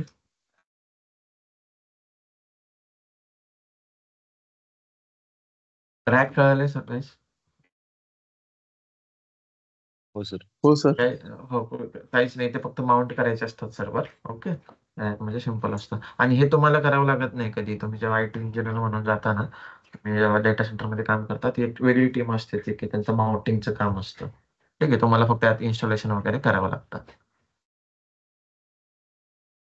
कंपनीने कॉन्ट्रॅक्ट दिलेला असतो एखाद्या सर हे ऑन कंपनीला. हा, प्रेमिसिस वर ऑन असतील प्रेमायसेस. की क्लाउड वर पण असू शकतात, म्हणजे हे जे हे सर्व्हर रॅक आहे ते? आता हे बघ, हे आता इथे मी डेटा सेंटर, हे होती रॅक आपली. ठीक आहे, आपण ही रॅक एवढ्या वेळेस हे केलं ना, मला सांगितलं बरोबर, पण तुम्हाला रँक माहिती असावं, बरोबर. हो त्यासाठी सर. मी तुम्हाला सांगतोय ते. ठीक आहे, आता हे डेटा सेंटर मध्ये सर्व्हर असे डायरेक्ट ठेवलेले नसतात, तिथे रॅक्स असतात. आता ह्या सर्व रॅक आहे इथे दिसतात. ठीक आहे, ह्या हो सर. सर्व रॅक आहेत. आता हे केबल्स वगैरे जे दिसतात तुम्हाला सर्व कनेक्टेड आहेत. ठीक आहे? हम्म, हम्म. तर हे सर्व याच्यामध्ये सर्व सर्व्हर्स आहेत. हे पूर्ण डेटा सेंटर आहे. ही फक्त एका रॅकची लाईन आहे, इथे मल्टिपल रॅक्स असतील बाजूला. ठीक आहे. फक्त ह्या दोन, एक आणि दोन रॅक आणि मधली जागा आहे. मधली जागा का असते की तुम्ही कुठल्याही सर्व्हरला जाऊन तुम्ही तिथं कनेक्ट करू शकता मॉनिटर. ठीक आहे. तुम्हाला कुठे कनेक्टिव्हिटी काय करायची असेल तर तुम्हाला बघायचं तर जे सर्व्हरचं काय हे फेल्युअर असेल. म्हणजे रॅक सर्व्हर आहेत हे मोठ्या कंपनी असतील, जसं AWS क्लाउड ओरेकल वगैरे मध्ये. नाही, त्यांच्याकडे असतात, पण बाकी बाकी दुसऱ्या छोट्या कंपन्यांकडे पण असतात. ठीक आहे. आता तुमचे बँकिंग आहे, छोटे छोटे बँक जे असतात ना त्यांचे पण डेटा सेंटर असतात, पण एवढे मोठे नसतात, छोटे छोटे असतात. त्यांच्या ज्या कंपनीचे कस्टमर जेवढे, ज्या बँकेचे कस्टमर जेवढे मोठे तेवढे सर्व ते असतात. अच्छा, जे बँकिंग आहे म्हणजे ते त्याच्या ह्याच्यावर ते क्लाउडवर हा नाही करणार. हा, बँकिंग वाले कसे आहे ना, जास्त क्लाउडला जात नाही. त्यांचे थोडेफार सिस्टम ते क्लाउडला नेऊ शकतात. प्रत्येक गोष्ट ते क्लाउडला घेऊन नाही जाऊ शकत, कारण की ओके, बँक म्हणजे क्रिटिकल असतं ना, असं आहे. बरोबर. ठीक आहे. तसं कुठलंही म्हणजे छोट्या छोट्या बऱ्याच कंपन्या असतात ना, कुठली मॅन्युफॅक्चरिंग कंपनी जरी असते ना, त्यांचं पण डेटा सेंटर असतं मॅन्युफॅक्चरिंग कंपनीचं. असं नाही की फक्त कुठली एखादी IT कंपनीचं डेटा, असं काही नसतं. मॅन्युफॅक्चर कुठलीही कंपनी असो तिथे त्यांचं डेटा सेंटर असणार. कंपनीच्या साईज वरती डिपेंड करतं कंपनीचे डेटा सेंटर किती मोठं आहे. ओके. हा सर, सर्व्हरमध्ये म्हणजे डाटा सेव्ह प्लस मॉडिफिकेशन पण करू शकतो ना? सगळं म्हणजे तिथे बघ, आता सर्व्हर म्हणजे काय, असं नाही की तू एकटाच काम करणार आहे इथे. ठीक आहे. आता इथे एक सर्व्हर असणार, विंडोज सर्व्हर असणार आहे काही, बरोबर. काही सर्व्हर हम्म. लायनेक्स सर्व्हर असणार आहे. मग इथे विंडोज टीम झाली, इथे लायनेक्स टीम झाली, इथे VMware पण असणार आहे. हम्म. ठीक आहे. आता तू इथे विंडोज प्लस VMware असेल तर तू या टीमचा पार्ट असणार. कधी पण या टीम एकत्र असतात जास्त करून, विंडोज आणि हम्म. VMware. लिनक्स टीम वेगळी असते. ठीक आहे. लिनक्स एक वेगळी टीम असते. एक असते डेटाबेस टीम. ठीक आहे. आता डेटाबेस टीम असणार. डेटाबेस टीम काय करणार, यांचं जर डेटाबेस जर विंडोज सर्व्हर असेल तर तुम्ही मॅनेज करणार. फक्त जो आतला डेटाबेस आहे तो ती डेटाबेस टीम मॅनेज करणार. सर्व्हर जर लायनेक्स सर्व्हरवर असेल तर म्हणजे डेटाबेस जर लायनेक्स सर्व्हरवर असेल तर जी OS आहे ती लायनेक्स मॅनेज करणार. फक्त डेटाबेस टीम मॅनेज करणार. हे कळतंय का मी जे म्हणतोय ते, की थोडंसं वेगळं एक्सप्लेन करू आणखी? नाही कळते सर. कळतंय ना? हा, ठीक आहे. डेटा हा, येस. ठीक आहे. तर डेटाबेस टीम मॅनेज करणार. आता आणखी इथे कुठली टीम असणार, नेटवर्किंग टीम असणार. नेटवर्क टीम आपण म्हणतो. ठीक आहे. नेटवर्क टीम काय करणार, नेटवर्क टीमचं काय काम आहे, सर्व सर्व्हर्स एकमेकांशी कनेक्ट होत आहेत, सर्व केबलिंग वगैरे व्यवस्थित आहे, कुठली कनेक्टिव्हिटी नाही आहे, त्यावेळेस नेटवर्क टीम तिथे काम करणार. बरोबर. इथे स्विचेस वगैरे पण लावलेले असतात, जे स्विचेस राउटर वगैरे जे आहेत ते नेटवर्क टीम बघणार. ठीक आहे. आता आणखी टीम असतात ऍप्लिकेशन टीम. ऍप टीम असणार, जो की असं नसतं कुठली एक कंपनी असेल ना तिथे त्यांचे छोटी कंपनीमध्ये त्यांचे भरपूर ऍप्लिकेशन असतात. ऍप्लिकेशन म्हणजे कसं, आता तुमचं अटेंडन्सचं ऍप्लिकेशन आहे. ठीक आहे. तुमचे बाकी बऱ्याच ऍक्टिव्हिटीज जे होतात इंटरनल कुठल्याही कंपनीमध्ये, त्यांचे स्वतःचे इंटरनल ऍप्लिकेशन असतात, ते तर असतात. परत त्यांच्या समजा व्हॉट्सअप आहे, व्हॉट्सअपचं मेन ऍप्लिकेशन झालं. ठीक आहे. त्यांचे इंटरनल एम्प्लॉईसाठी त्यांचे इंटरनल कंपनीसाठी जे ऍप्लिकेशन असतात ते खूप सारे ऍप्लिकेशन असतात. तर प्रत्येक ऍप्लिकेशनची एक एक टीम असते. ठीक आहे. ही ऍप्लिकेशन टीम जी असतात, ही ऍप्लिकेशन कुठे असणार, एकतर लायनेक्स सर्व्हरवरती असणार, नाहीतर विंडोज सर्व्हरवरती असणार. याचा अर्थ काय, सर्व्हर तुम्ही मॅनेज करणार, फक्त त्यांचा ऍप्लिकेशन जो पार्ट आहे तो ऍप्लिकेशन टीम मॅनेज करणार. ओके. असे असतात. आता एक डेव्हलपमेंट टीम असते, तर डेव्हलपमेंट टीमचं काय आहे, कोड डेव्हलप वगैरे करतात.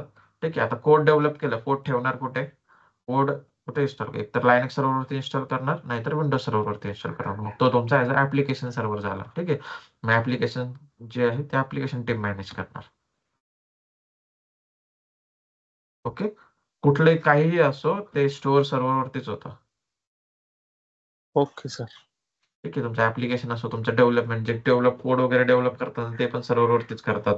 तिथे सर्व्हरमध्ये बघ टेस्ट असतात. ठीक आहे. कोणी कोणी एखादं सॉफ्टवेअर डेव्हलप केलं, सॉफ्टवेअर डेव्हलप केल्यानंतर त्या अगोदर टेस्ट होणार. ठीक आहे. टेस्ट फेज मधनं ते पुढे आणखी UAT ला जाणार. ठीक आहे.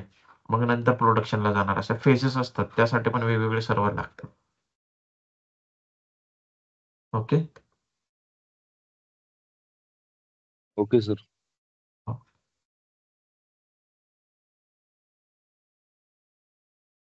सेकंड इमेज आहे डेटा सेंटरची. ओके. सो ही AI जनरेटेड आहे ऍक्च्युली, पण असं असतं डेटा सेंटर. ओके. आणि थर्ड ही आहे. ठीक आहे. दिसते मॉनिटर आहे, त्याला खाली व्हील्स आहेत. ठीक आहे. हे तुम्ही इथे घेऊन आलात सर्व्हर जवळ, इथे फक्त कनेक्ट करायचं केबल वगैरे आणि इथून तुम्ही काम करू शकता त्या सर्व्हरवरती. हा इथे माउंट करतोय सर्व्हर रॅक मध्ये. Okay.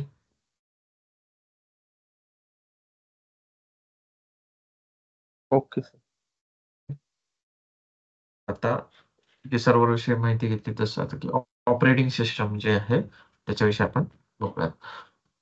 An operating system is a software that manages computer hardware and provides services for computer programs.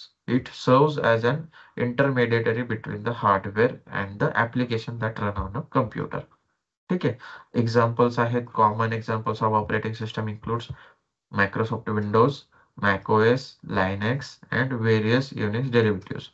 Mobile device often use operating system like Android and iOS. ठीक आहे. आता ऑपरेटिंग सिस्टम काय आहे, आपण अगोदर hardware बघितलं. ठीक आहे. आता ऑपरेटिंग सिस्टम काय आहे, हा तुमचा हार्डवेअर आहे. ठीक आहे. सर्व्हर आहे, हा लॅपटॉप किंवा काही. ठीक आहे. इथे तुम्ही तुमचं ऑपरेटिंग सिस्टम इन्स्टॉल केलेली. ठीक आहे. त्या ऑपरेटिंग सिस्टम मध्ये जोपर्यंत तुम्ही ऑपरेटिंग सिस्टम इन्स्टॉल नाही करत नाही तोपर्यंत तुम्ही दुसरे, जसं की तुम्हाला क्रोम इथे इन्स्टॉल करायचं आहे, तुम्ही क्रोम इथे इन्स्टॉल नाही करू शकणार. तुम्हाला इथे अँटीव्हायरस इन्स्टॉल करायचं आहे, अँटीव्हायरस इन्स्टॉल नाही करू शकणार. कुठलं XYZ गेम असेल, एखादा गेम तुम्ही इन्स्टॉल नाही करू शकणार. या गोष्टीसाठी तुम्हाला ऑपरेटिंग सिस्टम पाहिजे असते. ऑपरेटिंग सिस्टमला काय पाहिजे असतं, हार्डवेअर पाहिजे असतं. तुम्ही हार्डवेअरवरती ऑपरेटिंग सिस्टम इन्स्टॉल करता. आता इथे तुमचं रॅम वगैरे आहे, ठीक आहे, रॅम आहे, इथे हार्ड डिस्क आहे, ठीक आहे, इथे तुमचा CPU आहे. ठीक आहे. आता ह्या ऍप्लिकेशन रॅम रन करण्यासाठी काय पाहिजे असतं, क्रोम किंवा कुठलाही गेम रन करण्यासाठी तुम्हाला काय पाहिजे, रॅम पाहिजे, CPU पाहिजे. मग हे जे काही ऑपरेटिंग सिस्टम जे आहेत, आता ही ही सांगणार ऑपरेटिंग सिस्टमला मला एवढी रॅम पाहिजे, मग ऑपरेटिंग सिस्टम इथून रॅम घेणार, रॅम कोण त्याला तेवढी रॅम अलोकेट करणार. सेम तसं CPU मध्ये प्रोसेस होत राहणार प्रत्येक गोष्टी असंच. ठीक. म्हणजे ऑपरेटिंग सिस्टम ही इंटरमेडिएटरी आहे बिटवीन हार्डवेअर, जे काही कम्प्युटर हार्डवेअर आहे, बिटवीन दिस ऍप्लिकेशन, तुमचं कुठलंही ऍप्लिकेशन असो त्यामध्ये. अंडरस्टूड. येस. ओके. ठीक आहे. ऑपरेटिंग सिस्टम हे बघा, मायक्रोसॉफ्ट विंडोजची असते, मॅक ओएस असते, लायनॅक्स असतात. ठीक आहे. आणि मोबाईलसाठी अँड्रॉइड आणि iOS यूज होते. ठीक.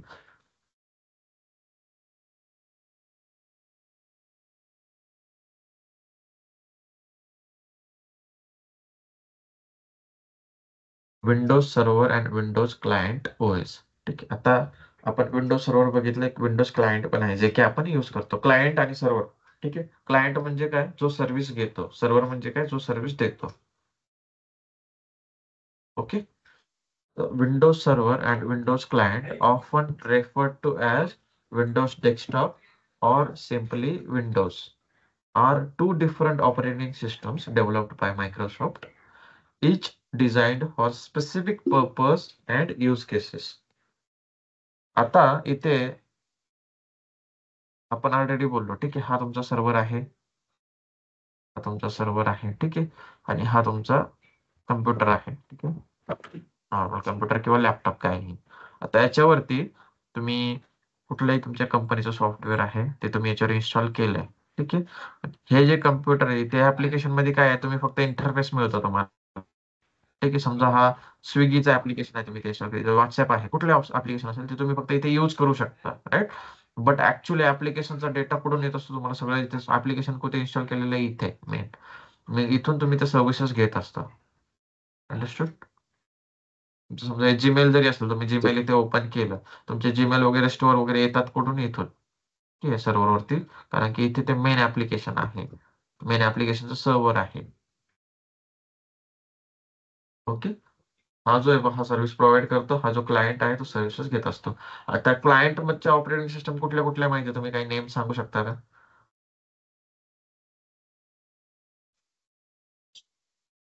ऑपरेटिंग म्हणजे सिस्टमचे? आपण विंडोज झाला सर, विंडोज, हा, विंडोज कुठल्या लिनक्स. कुठल्या माहिती आहेत?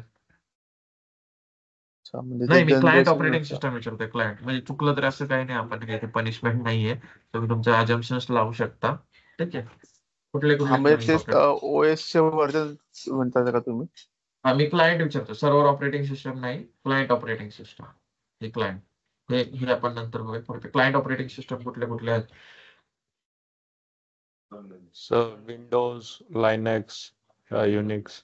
बरोबर नाही, ते त्यात सर्व्हर पण येतात ना. मी स्पेसिफिक हे विचारतोय, एडिशन्स व्हर्जन्स तुमच्या म्हणजे लॅपटॉपवरती सर कुठले इन्स्टॉल आहे आता? आता सर म्हणजे माझ्या ते मॅक आहे. विंडोज 10 विंडोज 8 असं बोलता का तुम्ही? बरोबर, करेक्ट करेक्ट, ते झाले क्लायंट. आता विंडोज 11 आहे, विंडोज 10 आहे, ठीक आहे, विंडोज 8 आहे, ठीक आहे, 7 आहे. तुम्ही 7 माहिती नाही वापरले का नाही, 7 आहे, विंडोज एक्सपी आहे. हे काय, हे क्लायंट ऑपरेटिंग सिस्टम आहे. अच्छा, म्हणजे क्लायंट, क्लायंटच्या पीसी वरती कोणता हा ओएस इन्स्टॉल आहे तो त्याचा व्हर्जन. म्हणजे बरोबर, त्याला माझ्याकडे आपण क्लायंट विंडोज काय 10 म्हणतो, हा बरोबर बरोबर. क्लायंट कोणाला म्हणतो आपण, जो सर्व्हिसेस घेत असतो तो क्लायंट, ठीक आहे. आता ते युजर. क्लायंट मध्ये कन्फ्युज नाही व्हायचं, ठीक आहे. क्लायंट कधी कधी कुठला असतो, तुम्ही जेव्हा कंपनीत काम कराल ना, आता तुम्ही समजून घ्या XYZ, तुम्ही एका XYZ कंपनीत काम करताय, ठीक आहे. ती XYZ कंपनी काय करते, दुसऱ्या कंपनीला सर्व्हिसेस प्रोव्हाइड करते. मग तो त्या कंपनीचा काय झाला, क्लायंट झाला. की तो क्लायंट वेगळा आणि हा क्लायंट वेगळा. हा काय म्हणजे जो पण सर्व्हिसेस घेतो तो क्लायंट होत असतो, ठीक आहे. समजलं? तर मी क्लायंट, मग त्याला विंडोज क्लायंट ऑपरेटिंग सिस्टम त्याला नाव दिलेलं आहे. कारण की याच्यावरती तुम्ही कुठलं असं मोठं ऍप्लिकेशन विंडोज 11 वरती 10 वरती इन्स्टॉल करून दुसरा सर्व्हर याच्याकडून सर्व्हिसेस नाही घेऊ शकत, कारण की त्याला कॅपेबिलिटीज नाही आहेत त्या. याला बनवलंच यासाठी आहे की हा फक्त क्लायंटचा यूज, म्हणजे क्लायंट ऑपरेटिंग सिस्टम फक्त सर्व्हर कडून सर्व्हिसेस घेण्यासाठी, आपल्या युजर्सला यूज करून इथून ह्या सर्व्हिसेस घेण्यासाठी आपण हा कम्प्युटर बनवलेला आहे त्यांनी, क्लायंट ऑपरेटिंग सिस्टम, ठीक आहे. कन्फ्युज होतंय का, कळतंय guys? नाही सर कळते. कळतंय समजा ना? जर आपण ओके. हा म्हणजे हा आपण विंडोज 8 विंडोज 9 यूज करतोय सर, म्हणजे आपण झालो बरोबर क्लायंट. बरोबर बरोबर बरोबर, क्लायंट, तो client okay operating okay. System. तो सर्व्हर कसं आहे ना, क्लायंट कसं आहे ना, मिनिमम चार्जेस मध्ये मिळतात तुम्हाला. सर्व्हर ऑपरेटिंग सिस्टम आपण डे टू डे मध्ये युज करत नाही. सर्व्हर ऑपरेटिंग सिस्टम कधी युज करणार, आपली काहीतरी ऑर्गनायझेशन आहे किंवा आपल्याला काहीतरी एखादं ऍप्लिकेशन इन्स्टॉल करायचं आहे त्यासाठी, ठीक आहे. ऍप्लिकेशन तर तुम्ही याच्यावरती क्लायंट ऑपरेटिंग सिस्टम वरती पण इन्स्टॉल करता, पण ते कुठलं करतात तुम्ही? आता व्हॉट्सअप इन्स्टॉल केलं तर याचा अर्थ असं थोडी ना की तुम्ही पूर्ण डेटा सेंटर तुमच्या मोबाईलमध्ये इन्स्टॉल केलंय. तुम्ही फक्त त्या कंपनीने तुम्हाला जे ऍप्लिकेशन प्रोव्हाइड केलंय ते तुम्ही इथे इन्स्टॉल करताय, पण त्याचं जे बाकी कोडिंग वगैरे झालेली आहे ते सर्व तर सर्व्हरवरती स्टोअर आहेत ना. तुम्ही कुठेही सर्व्हिस घ्यायची असेल, तुम्ही अगोदर सर्व्हरला जाता आणि मग तुम्हाला तिथून ती सर्व्हिसेस मिळत असते, ठीक आहे. तर तुम्ही क्लायंट असता. तुम्ही आता मोबाईलमध्ये जीमेल ओपन केला, ठीक आहे, तुमचा मोबाईल ॲज अ क्लायंट झाला आणि तो सर्व्हर जो असेल, जीमेलचा जो सर्व्हर असेल तो झाला सर्व्हर, ओके. ती कुठली तरी सर्व्हर ऑपरेटिंग सिस्टम असेल. असं नाही की तिथे विंडोज 11 असेल आणि विंडोज 11 वरती पूर्ण जीमेल तिथे कॉन्फिगर, असं नाही होत, ठीक आहे. ती सर्व्हर ऑपरेटिंग सिस्टमच असणार, ओके. ही झाली जी बरोबर. सर्व्हर सर्व्हिसेस प्रोव्हाइड करते, ती झाली सर्व्हर ऑपरेटिंग सिस्टम. विंडोज झाली, विंडोज जे काही क्लायंट आहे सर्व्हिसेस घेतो ती झाली क्लायंट ऑपरेटिंग सिस्टम. नेक्स्ट आहे पर्पज ऑफ युसेस. आता कुठली, आता ऑपरेटिंग सिस्टम जे मी ऑलरेडी तुम्हाला एक्सप्लेन केलंय, पण याच्यात पुन्हा आहे आपल्याकडे, ठीक आहे. आता विंडोज सर्व्हरचा काय पर्पज आहे विंडोज सर्व्हर यूज करण्याचा? Windows server is designed to operate as a server and provide services to the other computers in a network, ठीक आहे. हा सर्व्हिसेस प्रोव्हाइड करण्यासाठी झाल्या, ज्या तुमच्या नेटवर्कमध्ये दुसरे कम्प्युटर्स आहेत, म्हणजे तुमचे विंडोज 10 असेल किंवा कुठलाही असेल, तुम्ही जे युजर्स यूज करतात त्यांना सर्व्हिस प्रोव्हाइड करण्यासाठी याचा यूज होतो, ठीक आहे. युसेज काय आहे याचा? It is used for hosting application. तुम्ही तुमचं ऍप्लिकेशन इथे होस्ट करू शकता. मॅनेजिंग नेटवर्क इन्फ्रास्ट्रक्चर, ठीक आहे.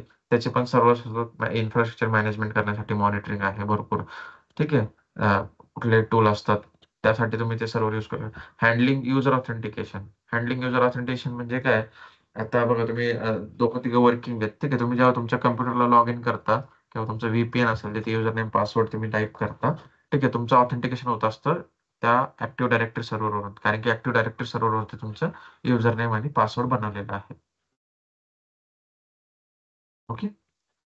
त्याला आपण ऑथेंटिकेशन म्हणतो. जसे कुठले ऑथेंटिकेशन म्हणजे तुम्ही आता बँकिंगचं तुमच्या मोबाईलमध्ये फोन पे आहे किंवा बँकिंग आहे, तुम्ही पे करताना बघा तुम्ही तुमचा कोड टाकता, ठीक आहे. तुम्ही कोड का टाकता? कोड टाकल्यावरती काय होत असतं, ठीक आहे. असं नाही की तुम्ही कोड टाकला म्हणून तुमच्या फक्त मोबाईलला माहित असतं, असं नाही. हा तुमचा मोबाईल आहे, ठीक आहे.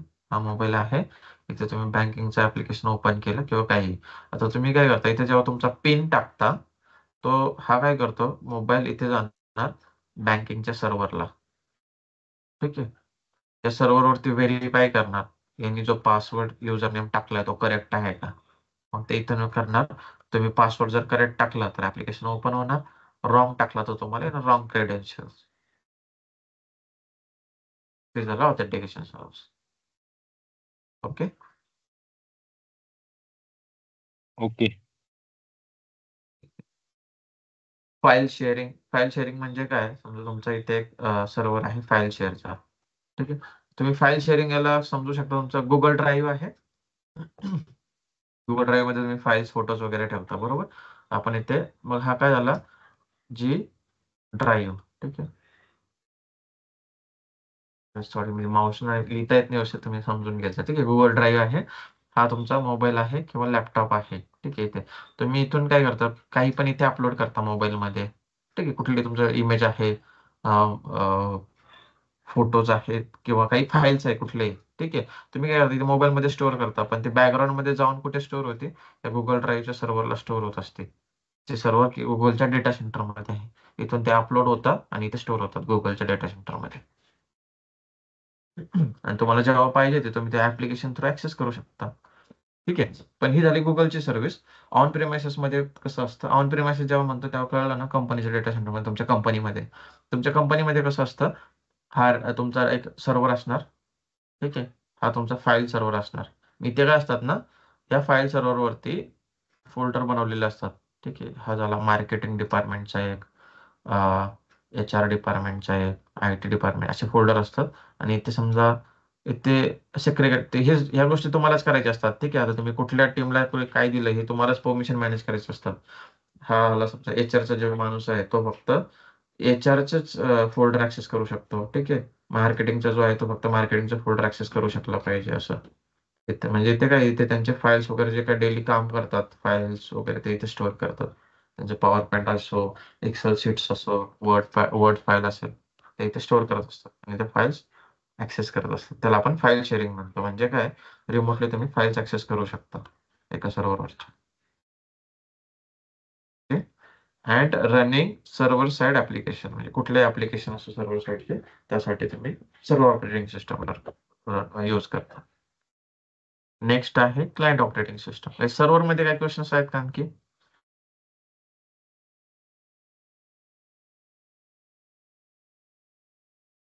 नाही sir, all clear. Okay. Windows client काय आहे, purpose Windows client operating system is designed for desktop and laptop computers intended for use by end users. End users म्हणजे आपण जे, आता मी हा माझा लॅपटॉप यूज करतोय. ठीक आहे. माझा विंडोज 10 आहे. ही जी क्लायंट ऑपरेटिंग सिस्टम आहे आपल्यासाठी असतात. ठीक आहे. कंपनीमध्ये पण एंड युजर्स असतात. म्हणजे तुम्ही एखादी कंपनी जॉईन केली, तुम्हाला एक लॅपटॉप मिळतो, तर तुम्ही एंड युजर झाला तुम्ही. आणि मग तुम्ही कंपनीचा इथे लॅपटॉप मिळाला तुम्ही. ठीक आहे. तुम्ही ते जॉईन झाला कंपनी तुम्हाला हा लॅपटॉप दिला. त्या लॅपटॉपमध्ये तुम्हाला बाकी इथे तुमचे सर्व्हर्स वगैरे जे आहेत ते तुम्ही इथून ऍक्सेस करायचे असतात. असं नाही की तुम्हाला कंपनीत गेल्यानंतर सर्व्हर ऑपरेटिंग सिस्टम देणार नाही. तुम्ही इथूनच तुम्ही रिमोट घेऊ शकता त्या सर्व्हर्सचा. ठीक आहे. आणि इथून याच्यावरती काम करू शकता. Okay.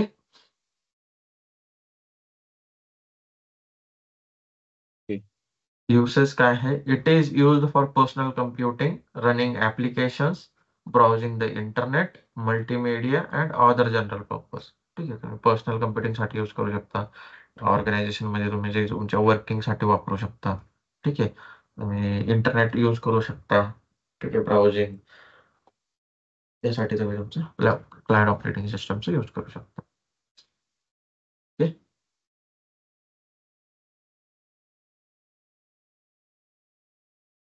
Recent client and servers. ठीक आहे. जे रिसेंट आहेत जसे की 2007 पासून आपण घेतलेले आहेत. रिसेंट मध्ये ही जी विस्टा आहे, विंडोज विस्टा अगोदर होती. ठीक आहे. विंडोज विस्टा नंतर विंडोज 7 आली ऑपरेटिंग सिस्टम. ठीक आहे. जसं की आपल्या अँड्रॉइड मध्ये येतं ना 8, 10, 11, 12 असे व्हर्जन्स, ऑपरेटिंग सिस्टमचे पण चेंज होत राहतात, अपग्रेड होत राहतात. अगोदर 7 होती, विस्टा होती, नंतर विंडोज 7 आली 2009 मध्ये, नंतर विंडोज 8 आली 12 मध्ये, विंडोज 10 आली 2015 मध्ये आणि विंडोज 11 आली 2021 मध्ये. तर XP विस्ताच्या अगोदर होती या नंतर होती? हो, अगोदर होते. ठीक आहे. इथे 8 नंतर 8.1 पण आली होती. ठीक आहे, 8.1 त्यानंतर 10 आले होते. ठीक आहे. तसंच आता जसं क्लायंट ऑपरेटिंग सिस्टम फक्त अपग्रेड होत नाहीयेत, सर्व्हर ऑपरेटिंग सिस्टम पण अपग्रेड होतात. अगोदर 8 होते, ठीक आहे, नंतर 8R2 आली, 12 आली, 12R2, 16, 19, 22. आता इथे काय आहे ना, जेव्हा एक सर्व्हर ऑपरेटिंग सिस्टम ते बिल्ड करत असतात ना, फक्त सर्व्हर अपग्रेड करून चालणार नाही ना. हे सर्व्हिसेस जे आहेत कंपनीमध्ये हे क्लायंट पण घेत असतात सर्व्हरवरनं. ठीक आहे, साईड बाय साईड त्यांना हे पण अपग्रेड करावं लागतं. ठीक आहे. आता जेव्हा विंडोज विस्टा आली होती त्यावेळेस काय होतं, विंडोज विस्टा विंडोज 2008 बरोबर कम्पॅटेबल होते आणि 8R2 बरोबर पण कम्पॅटेबल होते. ठीक आहे. असं नाही की तुम्ही 7 आहे म्हणून काही सर्व्हिसेस घेऊ शकता, तसं नसतं. पण एक कम्पॅटेबिलिटी असते. कंपनी जेव्हा सर्व्हर इंट्रोड्यूस म्हणजे सर्व्हर ऑपरेटिंग सिस्टम इंट्रोड्यूस करते नवीन, तर ती आता समजा लेटेस्ट आहे 22, ठीक आहे, तर ती 11 सोबत कम्पॅटेबल आहे या पद्धतीने बनवलेलं असतं. ठीक आहे. आता 2008 आहे आणि 8R2 आहे. R2 म्हणजे काय, रिलीज 2. 2008 त्यांनी रिलीज केलं होतं अगोदर 2008 मध्ये. नंतर 2009 मध्ये त्यांनी काय केलं, त्यामध्ये आणखी अपडेट्स केलं. मग त्याला रिलीज 2 म्हणून अपडेट केलं. ठीक आहे, विंडोज 2008 R2 म्हटलं त्याला. ओके, R2 म्हणजे रिलीज 2. सेम विंडोज 7 जेव्हा आलं होतं तेव्हा हे याच्यासोबत पण कम्पॅटेबल होतं आणि विंडोज 12 पर्यंत पण बरोबर हे कम्पॅटेबल होतं. त्याच्यात पण बघा विंडोज सर्व्हर 2012 आहे आणि हा 12 मध्ये बनवला होता. ठीक आहे. आणि 13 मध्ये त्यांनी काय केलं, त्याचा रिलीज 2 आणला. रिलीज 2 म्हणजे काय, थोडासा अपग्रेड असतो बरोबर. म्हणजे अगोदर इथे काही फीचर नव्हते तर ते इथे ऍड केले,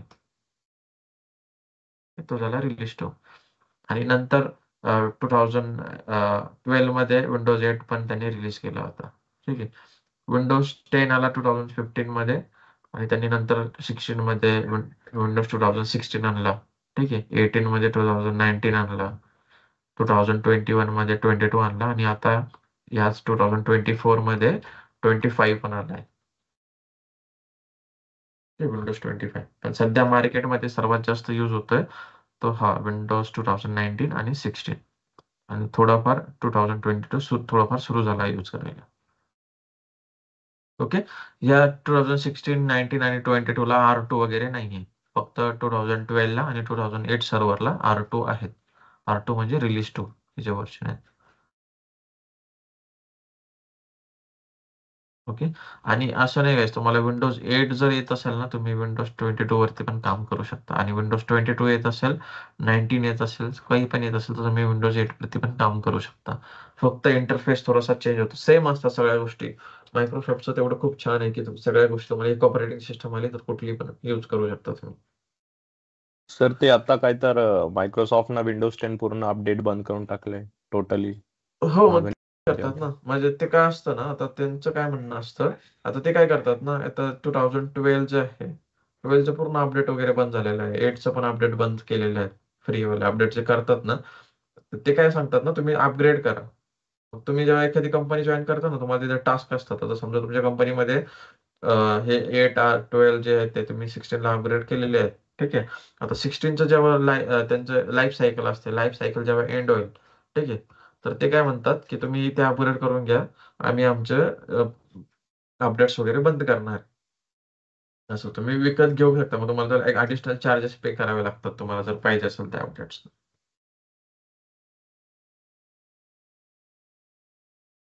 ठीक आहे. त्याच्यात कळलं काय, त्याच्यात काही क्वेश्चन्स तुम्हाला? फक्त ऑपरेटिंग सिस्टमचे व्हर्जन्स आहेत तुम्हाला माहिती असले पाहिजे. ठीक आहे. 2008 खूप सिम्पल आहे. 2012, 2008, 2008 R2, 2012, 2012 R2, 2016, 19, 22 आणि आता 25 आलेलं आहे. ठीक आहे. जस्ट रिलीज झालंय, आणखी कोणी यूज करत नाहीये त्याला.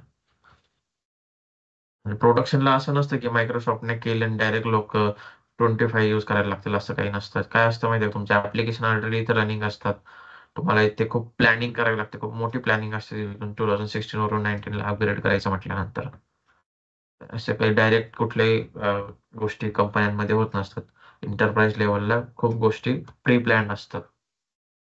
असं नसतं की आपण कसं, आता आपला लॅपटॉप आहे, हा लॅपटॉप आहे, मी काय आता लॉग इन केलं, मी याला आता शटडाऊन करू शकतो. मला माहिती आहे ना याच्यावरती काही सर्व्हिस नाही, माझं एकट्याचा युजर आहे. पण इथे जो सर्व्हर असतो हा सर्व्हर तुम्ही कधी रिस्टार्ट आणि कधी शटडाऊन डायरेक्ट नाही करू शकत. का? की याच्यावरती तुमचा एक कम्प्युटर हा सर्व्हिसेस घेतोय, हा पण सर्व्हिसेस घेत असू शकतो, हा पण एक आहे. समजा तुम्ही व्हॉट्सअपचा सर्व्हर डाऊन केला, शटडाऊन केला, ठीक आहे, तर तुमचं व्हॉट्सअप चालेल का नाही? कोणीच काय मेसेज वगैरे पाठवू शकणार नाही. कंपनीचा पण इम्पॅक्ट होतो. ओके, शेअर प्राइस डाऊन जाते, असं होतं. ठीक आहे, त्यामुळे सर्व्हर्स खूप तुम्हाला काळजी घेऊन काम करावं लागत असतं. कधी त्याला रिस्टार्ट करायचं नसतं, कधी शटडाऊन करायचं नसतं. तुम्हाला जर करायचं असेल म्हणजे काहीतरी ऍक्टिव्हिटी तुम्ही करताय तिथे तुम्हाला शटडाऊन किंवा रिस्टार्टची गरज आहे, तर तुम्हाला ईमेल पाठवावा लागतो. तुमचे जे सिनियर मॅनेजमेंट आहे, पुन्हा तुमचे जे ऍप्लिकेशन टीम आहे, ज्यांचं ऍप्लिकेशन या सर्व्हरवरती आहे, त्यांचा अप्रुव्हल घ्यायचा आणि मग रिस्टार्ट करायचं ईमेल वरती. ठीक आहे.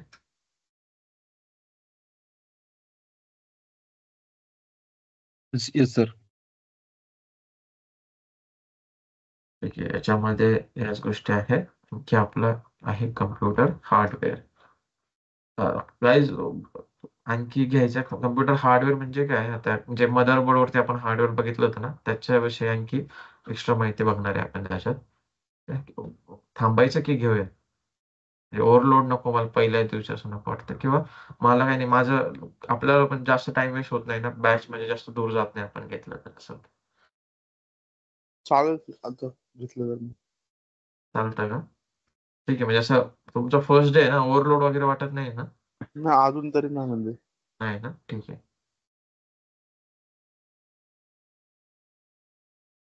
ठीक आहे, हा आहे कम्प्युटर हार्डवेअर. आता कम्प्युटर हार्डवेअर जे की आपण बघितलं, तुम्हाला मी मदरबोर्ड दाखवला, ठीक आहे, त्यावरती सीपीयू आहे, रॅम आहे, हार्ड डिस्क आहे, त्या गोष्टी आपण इथे बघणार आहे याच्यामध्ये.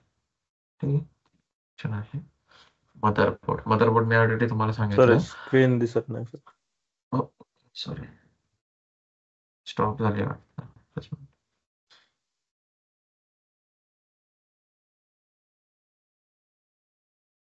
ओके.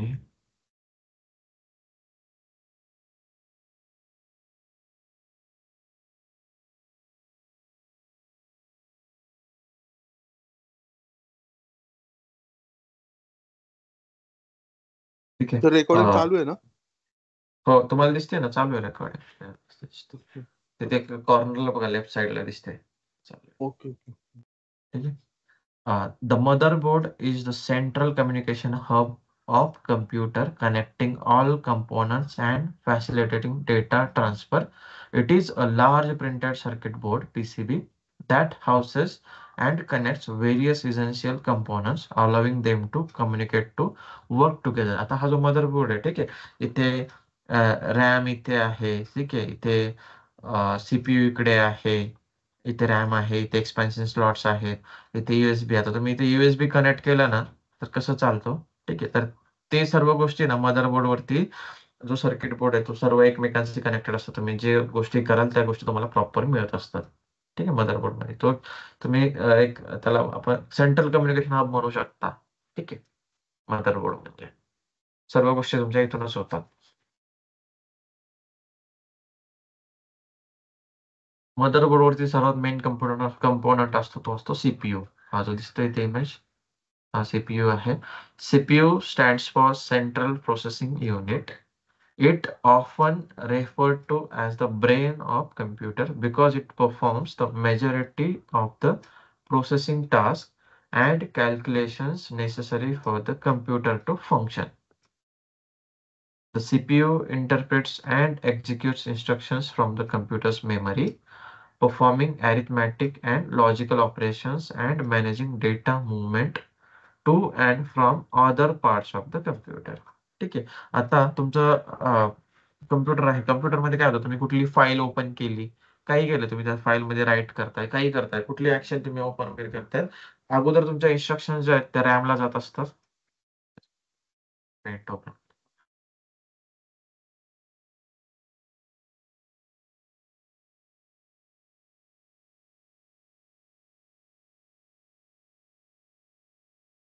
ठीक आहे, इथे हा तुमचा लॅपटॉप किंवा कम्प्युटर असेल.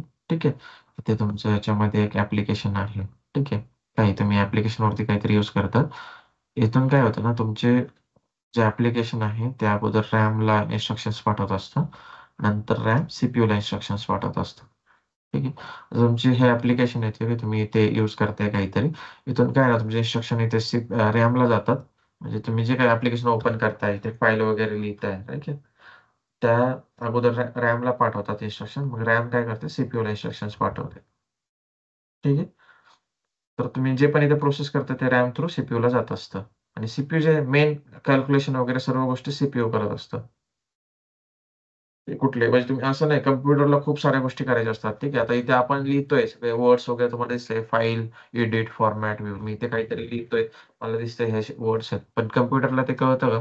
कम्प्युटरला फक्त 01010101 एवढंच कळतं. ओके, हे दोनच वर्ड कळतात बायनरी कम्प्युटर, लँग्वेज. दोनच बायनरी लाईन, दोनच कळतात त्यांना, 01010110. ठीक आहे. तुम्ही जे काही गोष्टी इथे करताय त्यानंतर इथे सीपीयू मध्ये जाऊन कॅल्क्युलेट होत असतात, कॅल्क्युलेशन सगळ्या गोष्टी जे काय तुमचं फंक्शन वगैरे मेन होतं ते सीपीयू मध्येच होतं. Okay, understood. इथे समजा मी इथे एक वर्ड फाईल येस येस. बनवली आहे. ठीक आहे. आता मी इथे इथे मी याला सेव्ह नाही केले आणखी. ठीक आहे. आता ही कशात स्टोअर असेल, इथं जात पण नाही ना, आता हे कुठे स्टोअर, कुठे स्टोअर झाली आता ही तुमच्या रॅम मध्ये आहे सध्या. मग जर हे असेच ठेवले न सेव्ह करता, हे काय होणार, रिस्टार्ट होऊन जातं. रिस्टार्ट जर मी शटडाऊन रिस्टार्ट केलं तर ही फाईल, हा डेटा निघून जाणार. ठीक आहे. आता मी याला सेव्ह केलं तर ही मी कुठे ड्राईव्ह वरती सेव्ह करतो. ठीक आहे, एखाद्या ड्राईव्ह वरती, मग ती मी रिस्टार्ट करू काही करू ती अवेलेबल राहणार. ठीक आहे. आता समजा ही माझी फाईल आहे, ही एक फाईल आहे, मी ते काहीतरी राईट करतोय, इथे रॅमला जात असते. ठीक आहे. मग सीपीयू ला येत असते, सीपीयू मधून माझ्या हार्ड ड्राईव्हला स्टोअर होत असते. माझी समजा हार्ड डिस्क आहे, इथे स्टोअर होणार.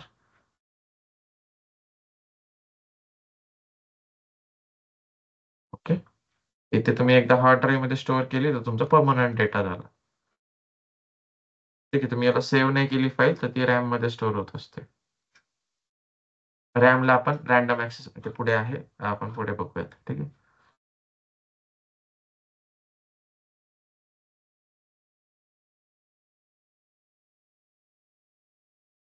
ठीक आहे. सीपीयू झालं. नेक्स्ट आहे रॅम. रॅम म्हणजे random access memory. RAM, also known as random access memory, plays a crucial role in enhancing the performance of your computer. It serves as a high-speed memory that allows the CPU to swiftly retrieve the necessary data. ठीक आहे. याच्या दोघां CPU मध्ये आणि RAM मध्ये दोघांमध्ये काय जी speed असते ती, आता बघा तुम्ही रॅम येते तुमच्या कम्प्युटरला, ही रॅम आहे. ठीक आहे, रॅमची इमेज आहे. तुमच्या कम्प्युटरला तुम्ही 32 GB रॅम इन्स्टॉल केली आहे आणि तुमच्याकडे फक्त 2 कोरचा सीपीयू आहे. फक्त रॅम जास्त असून चालेल का? तुमचं रॅम सीपीयू ला इन्स्ट्रक्शन पाठवलंय, पण सीपीयू ला प्रोसेस करायला वेळ लागतोय, बरोबर? तर तुमचा कम्प्युटर स्लोच चालेल. त्यासाठी तुमचा रॅम जशी आहे तसंच तुम्ही सीपीयू पण तेवढाच कॉन्फिगर असला पाहिजे. ठीक आहे, तेवढाच जास्त आहे.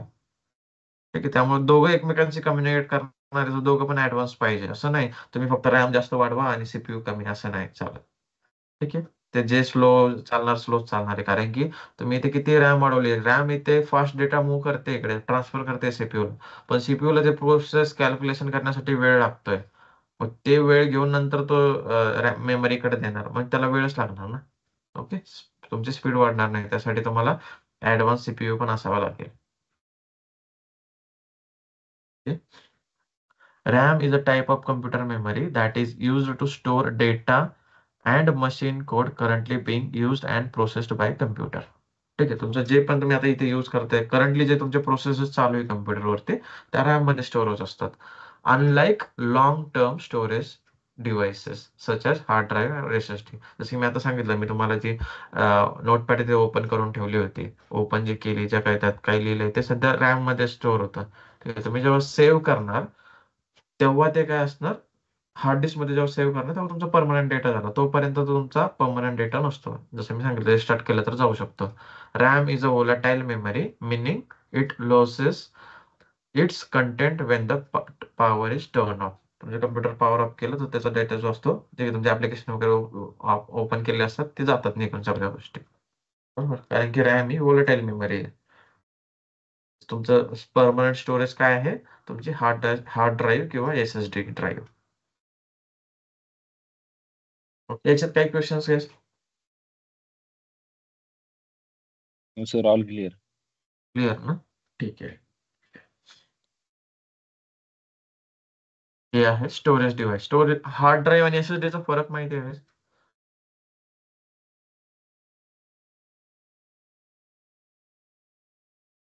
ठीक आहे, मी इमेजेस दाखवतो तुम्हाला, काय अडचण नाही. हे जे दिसते ना प्लेट, हे जुने जे हार्ड ड्राईव्ह ना, आपण याला हार्ड ड्राईव्ह म्हणतो. आणि हे जे हेडर दिसते ना, ते पॉइंटर, हे पॉइंटर काय करत असतो, तुम्ही काही पण डेटा जेव्हा रीड करता, सेव्ह वगैरे करताना, ही प्लेट फिरत असते. आणि हे जे हेडर आहे ना, हा पॉइंटरने इथे डेटा राईट करत असतो. ठीक आहे, डेटा राईट म्हणजे ते काही काही वेगळं करत नाही, तो फक्त 0101 लिहित असतो याच्यामध्ये. ओके, या प्लेटमध्ये इथे तुमचा डेटा स्टोअर होत असतो. हा झाला तुमचा परमनंट स्टोरेज. याला आपण हार्ड ड्राईव्ह म्हणतो. हार्ड ड्राईव्हला अशी प्लेट असते आणि ही फिरत असते कंटिन्युअस. ठीक आहे. Storage devices such as HDD, HDD means hard drive, and SSD, याला सॉलिड स्टेट ड्राईव्ह, SSD म्हणजे solid state drive, are super important for keeping all your data and program safe. तुमचं कुठलं ऍप्लिकेशन इन्स्टॉल करायचं असेल, काही असेल, तर ते तुमच्या सी ड्राईव्ह मध्ये स्टोअर होतं. बरोबर, सी ड्राईव्ह मध्ये, डी ड्राईव्ह मध्ये तुम्ही जे स्टोअर करताय ते म्हणजे तुमच्या हार्ड डिस्क मध्ये स्टोअर होत आहे. ठीक आहे, त्यासाठी आपल्याला इम्पॉर्टंट आहे फिजिकल स्टोरेज. ठीक आहे. The way these devices work, their storage capacity, and how fast they can retrieve information all have big impact on how well your system performs. Okay. If we take closer look at how these devices actually work, we can learn a lot about how data is managed and accessed. आता hard disk जी आहे ती SSD च्या comparison मध्ये खूप slow असते. ठीक आहे. SSD जी आहे ती खूप फास्ट फंक्शन करते हार्ड ड्राईव्ह पेक्षा. ही ओल्ड टेक्नॉलॉजी आहे. SSD म्हणजे नवीन आहे, न्यू टेक्नॉलॉजी आहे. मी SSD कशी दिसते ते दाखवतो.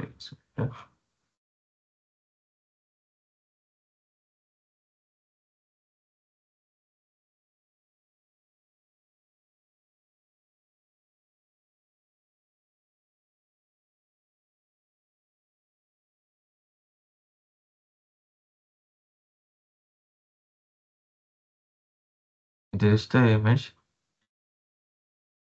हे जे याला प्लॅटर्स म्हणतो, याला स्पिंडल म्हणतो, हे हेड झालं, रीड राईट हेडर, हेड याचं. ठीक आहे, इथून रीड राईट होत असते. ही झाली तुमची हार्ड ड्राईव्ह. ठीक आहे. आणि ही आहे SSD अशी दिसते तुम्हाला. ओके. याची स्पीड खूप जास्त असते SSD ची. सॉलिड स्टेट ड्राईव्ह फुल फॉर्म आहे. ठीक आहे. याच्यामध्ये आणखी एक्स्ट्रा रीड करायचं असेल तर मी इथे मला आर्टिकल पिन करून ठेवतो.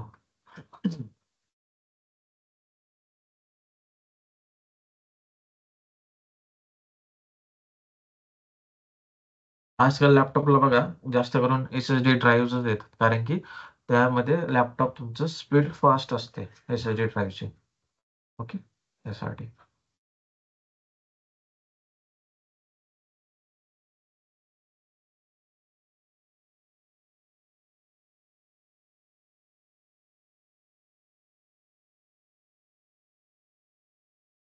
याच्यामध्ये काही क्वेश्चन्स गाईज, हार्ड डिस्क आणि SSD मध्ये काही कन्सर्न्स तुम्हाला?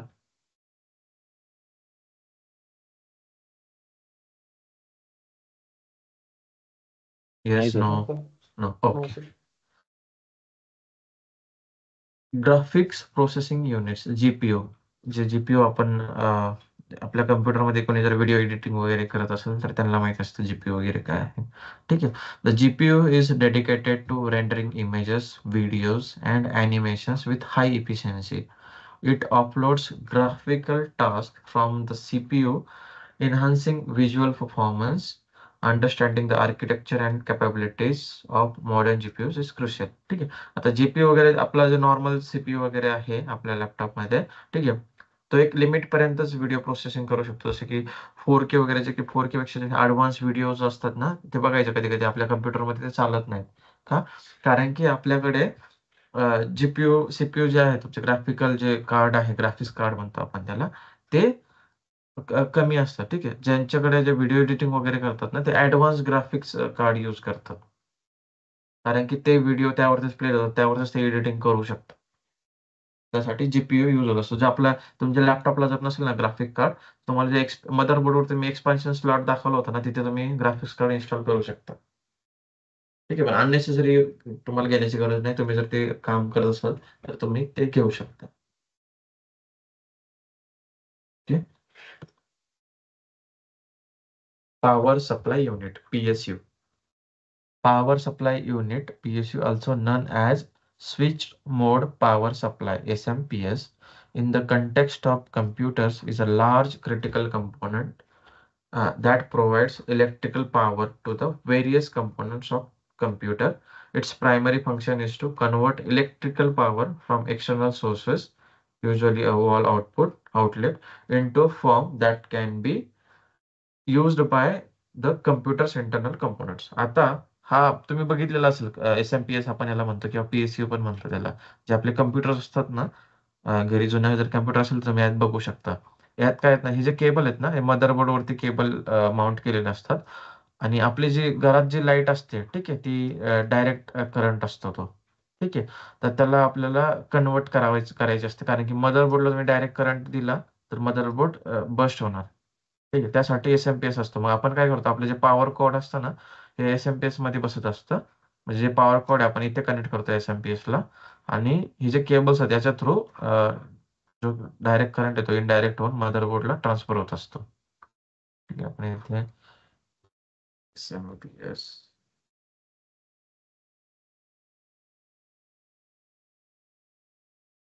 ठीक आहे, हा पॉवर कोड झाला. इथे SMPS हे का, हे दिसतं इथे, हे झेब्रॉनिक्सचं इथे हे दिसतंय, हे वाला छोटस, हे आहे पॉवर कोड. इथे तुम्ही कनेक्ट कर, तुमचं केबल पॉवर कोड म्हणजे तुमचे इलेक्ट्रिसिटीचं केबल इथे कनेक्ट करता, आणि ज्याचे बाकीचे जे केबल्स आहेत ते मदरबोर्डला कनेक्टेड असतात. ओके,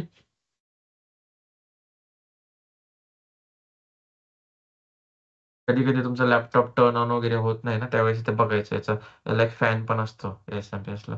हा SMPS चालू आहे की नाही ते बघायचं कधी. तुम्ही एखाद्या वेळेस कधी कधी आपण काय करतो, कम्प्युटर चालू करतो पण कम्प्युटर चालूच होत नाही, म्हणजे पॉवर वगैरे व्यवस्थित आहे, त्यावेळेस काय झालेलं असतं ना, SMPS चा प्रॉब्लेम असतो. Input output ports. Input output ports जे कम्प्युटरला आहेत, ठीक आहे, जसे की हे आहे इथे I/O ports on the motherboard enables connection to external devices. Common ports includes USB, HDMI, Ethernet, audio jacks, USB, and more. The number of types of port vary between motherboards. आता हे जे पोर्ट्स आहेत प्रत्येक मदरबोर्डला कमी जास्त, इथे काही, इथे बघा इथे 4 USB दिलेत. एखाद्या मदरबोर्डला तिथे 2 असू शकतात, 3 असू शकतात, डिपेंड करतं. प्रत्येक मदरबोर्ड वरती पोर्ट्स असतात, ठीक आहे. आता काही नसू पण शकतात, ठीक आहे, काही जुने असतात, काही असतात. आता विजय पोर्ट असणार मॅन्डेटरी. ते PS2 अगोदरच्या मदरबोर्डला असायचे, कारण की त्या टाईपचे PS2 माऊस आणि कीबोर्ड होते. आता USB वरतीच होत आहे, ठीक आहे, USB असतात. लॅन पोर्ट प्रत्येक कम्प्युटरला असतं, मॅन्डेटरी आहे, ठीक आहे. ऑडिओ जॅक्स असतात. हे इनपुट आउटपुट म्हणजे काय, तुम्ही आता इथे ऑडिओ जॅक इथे इन्सर्ट करता, त्यावरती डिपेंड करतं इनपुट. आता इंटरनेटचं केबल केलं तर ते काय इनपुट जाणार कम्प्युटरला, तर ते कुठले कुठले इनपुट आउटपुट कळलं ना, म्हणजे जे तुम्ही कम्प्युटरला इनपुट देतायत ते, आणि तुम्हाला जो आउटपुट बाहेर मिळतोय ते, त्याला आपण इनपुट आणि आउटपुट म्हणत असतो. ठीक आहे, इनपुट आउटपुट म्हणजे काय आहे, आता कीबोर्ड आहे, कीबोर्ड येतो इनपुट मध्ये, तुम्ही कीबोर्ड मध्ये काहीतरी टाईप करताय, ते कम्प्युटर मध्ये टाईप होतंय, बरोबर, म्हणजे तो बाहेरून इनपुट कम्प्युटरला जातोय. ठीक आहे, तुमचं ऑप्टिकल पेन असेल, स्कॅनर असेल, तुम्ही काहीतरी स्कॅन करताय, नंतर ते कम्प्युटरमध्ये जातंय. बारकोड असेल, बारकोड स्कॅनरचं डिव्हाइस, त्याने स्कॅन केलं तर कम्प्युटरमध्ये दिसतंय. हे झाले इनपुट डिव्हाइसेस. आउटपुट डिव्हाइसेस काय, जसं की हेडफोन, तुम्ही हेडफोन कम्प्युटरला कनेक्ट केला तर कम्प्युटर मधला जो आवाज आहे तो तुम्हाला ऐकायला मिळतोय, म्हणजे कम्प्युटर तुम्हाला आउटपुट देतोय. ठीक आहे, सेम हेडसेट झालं, प्रिंटर झालं, स्क्रीन आहे तर स्क्रीन ही दिसते आपल्याला, ही कम्प्युटर आपल्याला एक आउटपुट देतोय, तर याला आपण इनपुट आउटपुट डिव्हाइसेस असं म्हणतो. ओके, तर तुम्ही इथे जे पोर्ट आहे, इथे इथे तुम्ही याला USB कनेक्ट केलं, ठीक आहे, तर त्याने त्याला इनपुट दिला याचा पेन ड्राईव्ह मधून तुम्ही आतमध्ये फाईल्स बघू शकता. ऑडिओ जॅक, ऑडिओ कनेक्ट केलं तर मला आउटपुट मिळणार. ओके, याच्यात काही क्वेश्चन्स काय, सिम्पल आहे इनपुट आउटपुट, तुम्हाला कधी गरजेचं नाही पडणार, पण ठीक आहे, बेसिक आहे. ओके, नेक्स्ट आहे बायस UEFI.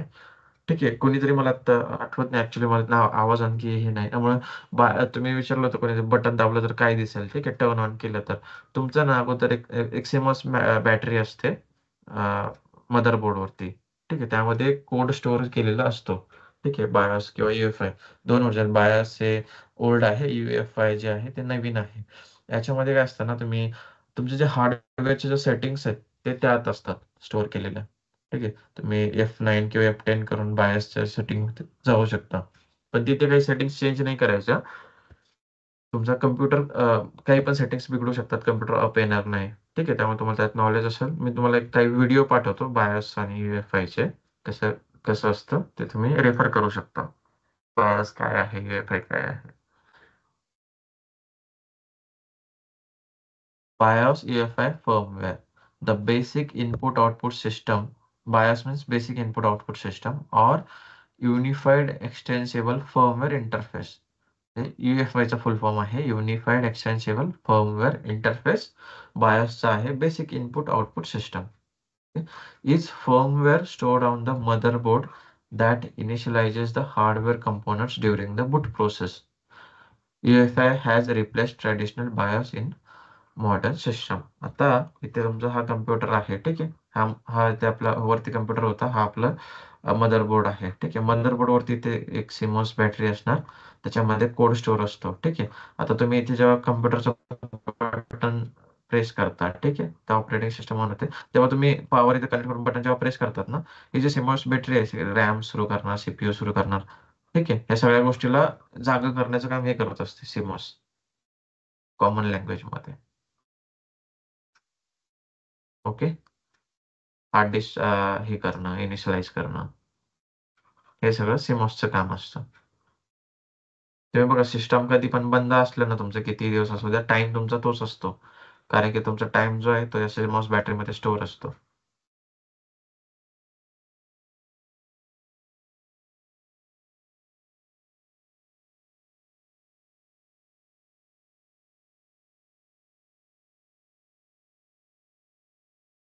Memory slot. हे जे स्लॉट्स आहेत, मेमरी आपण बघितलं, मेमरी किंवा रॅम एकच आहे. ठीक आहे. हे 3 रॅम इथे दिसतात, 1, 2, 3 इन्स्टॉल केलेले इथे आहेत RAM. Motherboard have slots for installing memory modules such as DDR4 or DDR5 RAM. The number of memory slots and supported memory types impact the system's overall memory capacity. ठीक आहे. इथे तुमचे 3 slots आहेत, 1, 2, 3. इथे तुम्ही 8 GB चे 3 install करू शकता किंवा 4 GB चे 3 इन्स्टॉल करू शकता. डिपेंड करतं तुमचं सिस्टम CPU काय आहे, कितीला सपोर्ट करेल त्यानुसार. ठीक आहे. हे झाले मेमरी आणि हे झाले मेमरी स्लॉट. त्याला रॅम पण म्हणतात, रॅम स्लॉट पण म्हणतात. ओके. स्लॉट म्हणजे काय, जिथे आपण रॅम इन्स्टॉल करतो त्याला स्लॉट म्हणतो आपण. Okay. Expansion cards and slots. हे ऑलरेडी आपण बघितलंय मदरबोर्ड मध्ये. हे एक्सपान्शन स्लॉट्स आहेत. ऍडिशनल तुम्हाला graphics card, audio card, video card वगैरे इन्स्टॉल करायचं असेल तर तुम्ही या पोर्ट्सचा स्पेअर मध्ये देतो तुम्हाला, ऍडिशनल तुम्हाला कॉन्फिगर करण्यासाठी. Expansion cards such as graphics card, sound card, and network adapters enhance the capabilities of computer. तुमच्या कम्प्युटरची कॅपॅबिलिटी वाढवायची असेल तर तुम्ही एक्सपान्शन कार्डचा यूज करू शकता. ठीक आहे. त्याचं नावच एक्सपान्शन आहे, म्हणजे तुम्हाला तुमच्या कम्प्युटरमध्ये एक्सपान्शन करायचंय. कुठलंही ऑडिओ कार्ड तुम्हाला पाहिजे, नेटवर्क अडॅप्टर पाहिजे. नेटवर्क अडॅप्टर म्हणजे जे तिथे आपण इंटरनेटचं केबल कनेक्ट करतो ते. ओके. सिमॉस बॅटरी कशी असते? सिमॉस बॅटरी दिसते नॉर्मल आपली बॅटरी असते ना कशाला खेळण्याला वगैरे, तुम्ही बघितली असेल लहानपणी, त्याच बॅटरी त्याच टाईपची बट मोठी बॅटरी असते CMOS. The CMOS battery, also known as the motherboard battery, is a small coin-shaped battery that provides power to complementary metal oxide semiconductor. CMOS चा फुल फॉर्म आहे complementary metal oxide semiconductor. Okay. CMOS memory on the computer's motherboard. The CMOS memory stores important system configuration data, including the date and time, BIOS UEFI settings. BIOS आणि UEFI settings पण CMOS बॅटरीमध्ये store असतात. Date आणि time पण याच्यामध्ये store असतो. And other parameters that are required for the computer to operate correctly. तुमचं जे कम्प्युटर बूट होत असतं ते मेन प्रोसेस इथून होत असते CMOS बॅटरीमधनं. ओके. तुम्हाला जर कधी डेट आणि टाइम तुम्ही व्यवस्थित करेक्ट दाखवत नाही तुम्हाला, ठीक आहे, तर तुम्हाला तो प्रॉब्लेम समजून घ्यायचा CMOS बॅटरीचा आहे.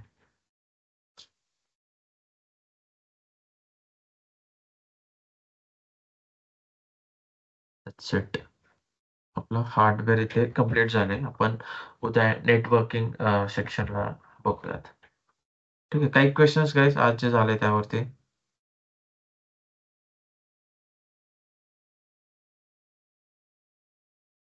नाही सर, सध्या तर काही नाही सर. ओके. काही फीडबॅक तुम्हाला वेगवेगळ्या पद्धतीने म्हणजे असं समजतंय नाही समजतंय? काही मेथड चेंज करायची शिकवण्याची समजते सर. समजतंय? समजतंय ओके. सर. समजतंय ना? ठीक आहे. ओके. ओके. आणि मी रेकॉर्डिंग अपलोड करतोय. ठीक आहे. रेकॉर्डिंगचं तुम्हाला मी इथे बनवतो. तुम्हाला ऍक्सेस फोल्डरचा काही आलाय का तुम्हाला मेसेज? मी शेअर करतो तुम्हाला. आज येऊन जाईल. तुम्ही रेकॉर्डिंग आजची रेफर करू शकता. मी लगेच अपलोड करतोय. ठीक आहे. मी अपलोड झाली का मी तुम्हाला मेसेज टाकतो. सगळ्यांनी चेक करून बघायचंय ऍक्सेस होती नाही होते. ठीक आहे. हो सर. ओके. चालेल. आणि फर्स्ट थिंग ठीक आहे, तुम्ही जेव्हा रेकॉर्डिंग ऍक्सेस करताय ना मी तुम्हाला दाखवतो.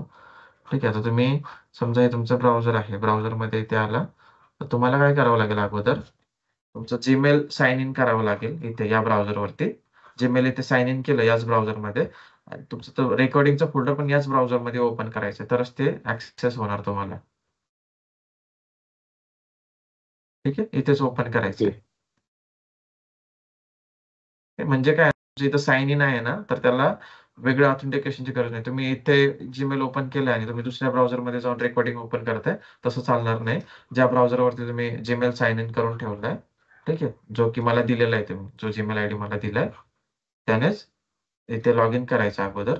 त्या जीमेल मध्ये जायचं, ती रेकॉर्डिंगचं फोल्डर ओपन करायचं आणि इथेच ओपन करायचं. दुसऱ्या टॅब मध्ये करू शकता कसंही, फक्त दुसऱ्या ब्राउझरमध्ये नाही करायचं. ठीक आहे. कुठून ओपन ओके. करायचं सर? काय म्हटलं? कुठून ओपन करायचं म्हटलं? त्याच्या लिंकवर क्लिक करायचं का? लिंक येईल तुम्हाला. हम्म. फोल्डर ओपन फोल्डर म्हणून दिसेल ईमेल मध्ये तुम्हाला अच्छा. Recording folder. ठीक आहे. ओके. चालेल गाईस. मग काही क्वेश्चन्स नाहीत ना?